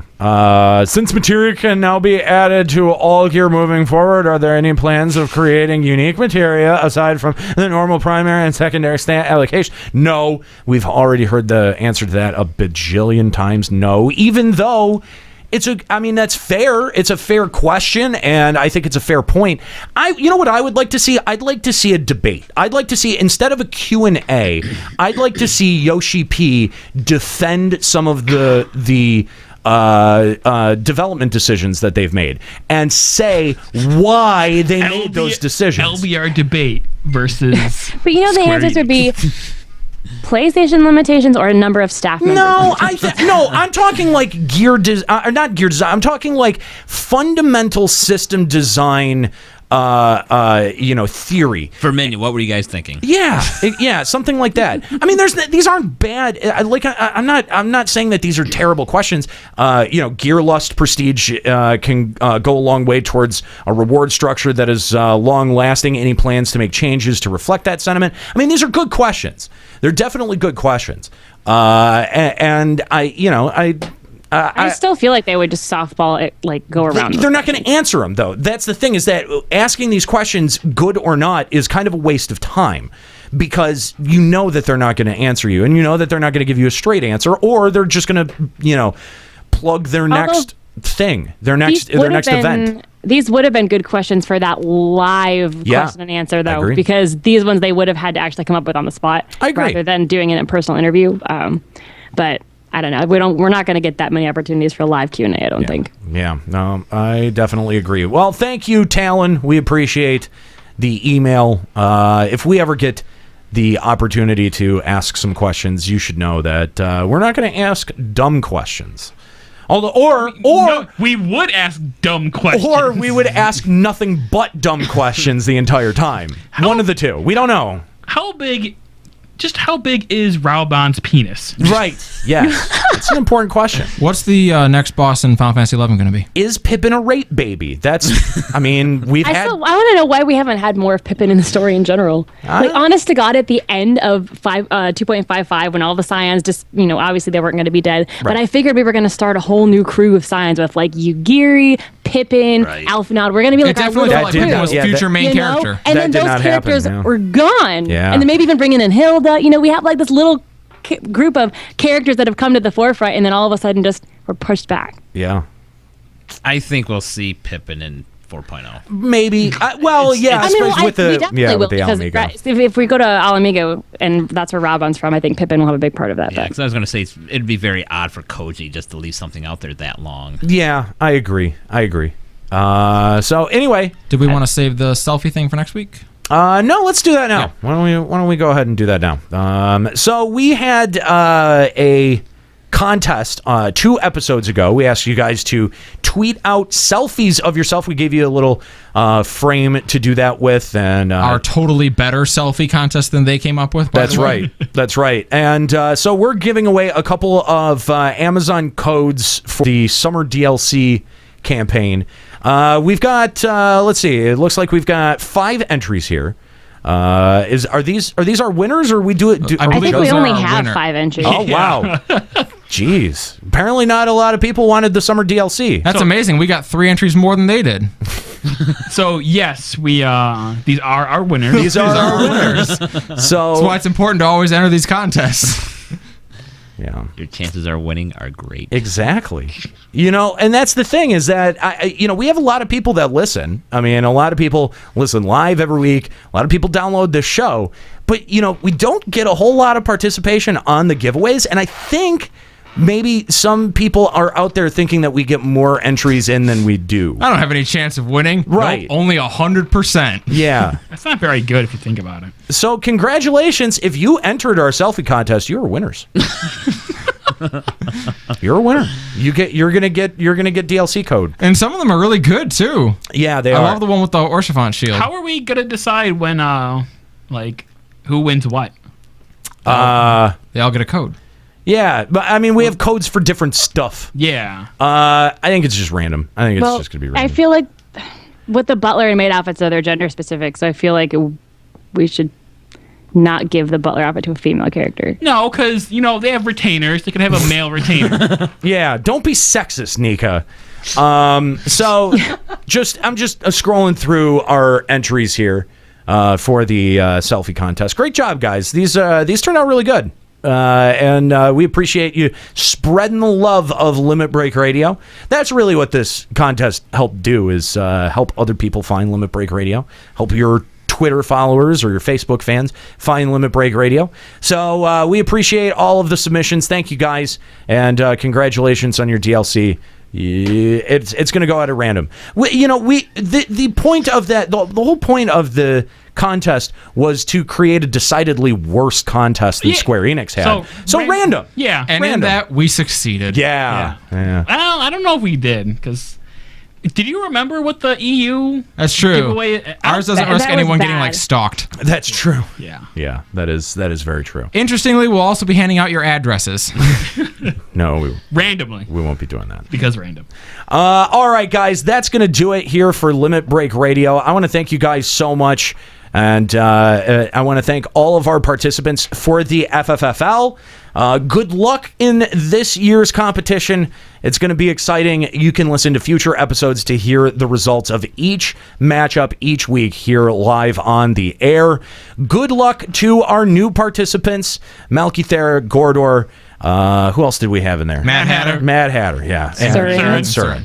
So thank you all for volunteering to do the bet. It was fun to be able to do that with you here today, as well as thank you to all of our live listeners, all 150 of you that have been hanging out with us. Make sure that you head on over to twitch.tv/Final Encountercast and get ready, because at 5 o'clock we're going to be live with Final Encountercast talking about the latest gaming headlines, as well as Pokemon Go. We're going to be talking about Pokevision, as well as a lot of the third-party development that's been going on for Pokemon Go, and the statement released by Niantic last night that has quashed a lot of that development. We're going to talk about that. That's coming up next on Final Encountercast live over at twitch.tv/Final Encountercast. Guys, we've got some pretty exciting announcements coming up for the future of the Let's Be Real network. We can't say anything yet. We've hinted at what some of those might end up being, but it's, some of this stuff is moving forward and at a very, very rapid pace. So I really want to thank you guys for all of your support over at patreon.com/Limit Break Radio. It's because of you guys that there is another 4 weeks of Final Encountercast that's going to be each and every single week. Let's keep that total above 2,000 to make sure that Final Encountercast is a funded show to come to you each and every single week. And you know what? It's amazing that you guys were able to pull together that quickly and make up a nearly $4,000 difference in 1 week. That is truly amazing. I really want to thank you guys for your generosity. And I'm looking forward to seeing more shots of t-shirts and posters to be shared over with us at our Twitter page. That's at Limit Break Radio. Make sure that you're liking us on Facebook. That's facebook.com/Limit Break Radio. And now on Reddit, we've got our own subreddit. This was put together by a fan. I'm trying to. I know I've seen Fonzie, right? Yes, it's Fonzie. Fonzie had put this together, and you can check that out. That's reddit.com/r Limit Break Radio. Go there, contribute to discussions that's going to happen over there. We want to build a community, but it's not us. It's our community that's wanting to build a community for Limit Break Radio fans. So if you're maybe dissatisfied with the FF14 sub, or you just want to talk about Limit Break Radio or what's going on with the network, head on over to reddit.com/r Limit Break Radio and contribute to the subreddit. So that's pretty cool. That is pretty cool. The new FF14 subreddit. That's right. Yes. Let's just be destabilizing agents all around. This will be the new main subreddit for all FF14 discussion. No self-promotion. That's right. That's right. No self-promotion. Anyway, that's going to do it here for Limit Break Radio. I want to thank my crew. Scrote, who, whatever. Thank you, guy. As well as Thanks for screwing up Kallo's team. As well as Papa Woody and my crew, Juxtaposition, Nika Kayanian, Escalia Rayumasa, and even though he couldn't be here, Kallo Landis. I'm Aniero. Keep listening.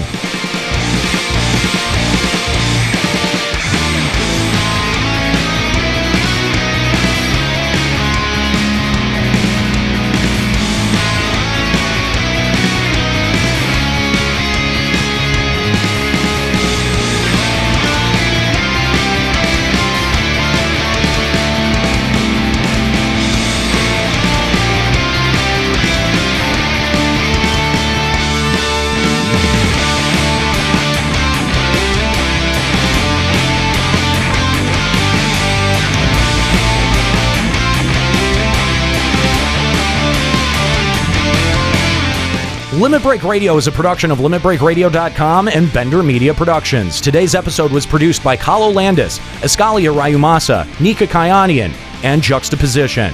Final Fantasy XIV and Eorzea are trademarks of Square Enix.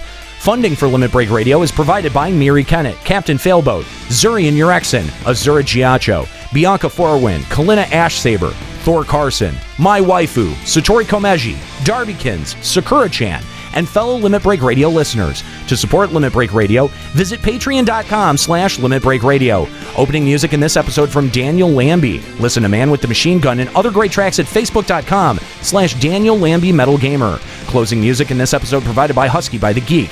Listen to this and other great Final Fantasy XIV and video game rock covers and original music at facebook.com/Husky by the Geek. In-game graphics for Limit Break Radio's Twitch stream are provided by Diamond Multimedia. Check out their line of AMD graphics card and other hardware at diamondmm.com. Limit Break Radio and its hosts are solely responsible for its content.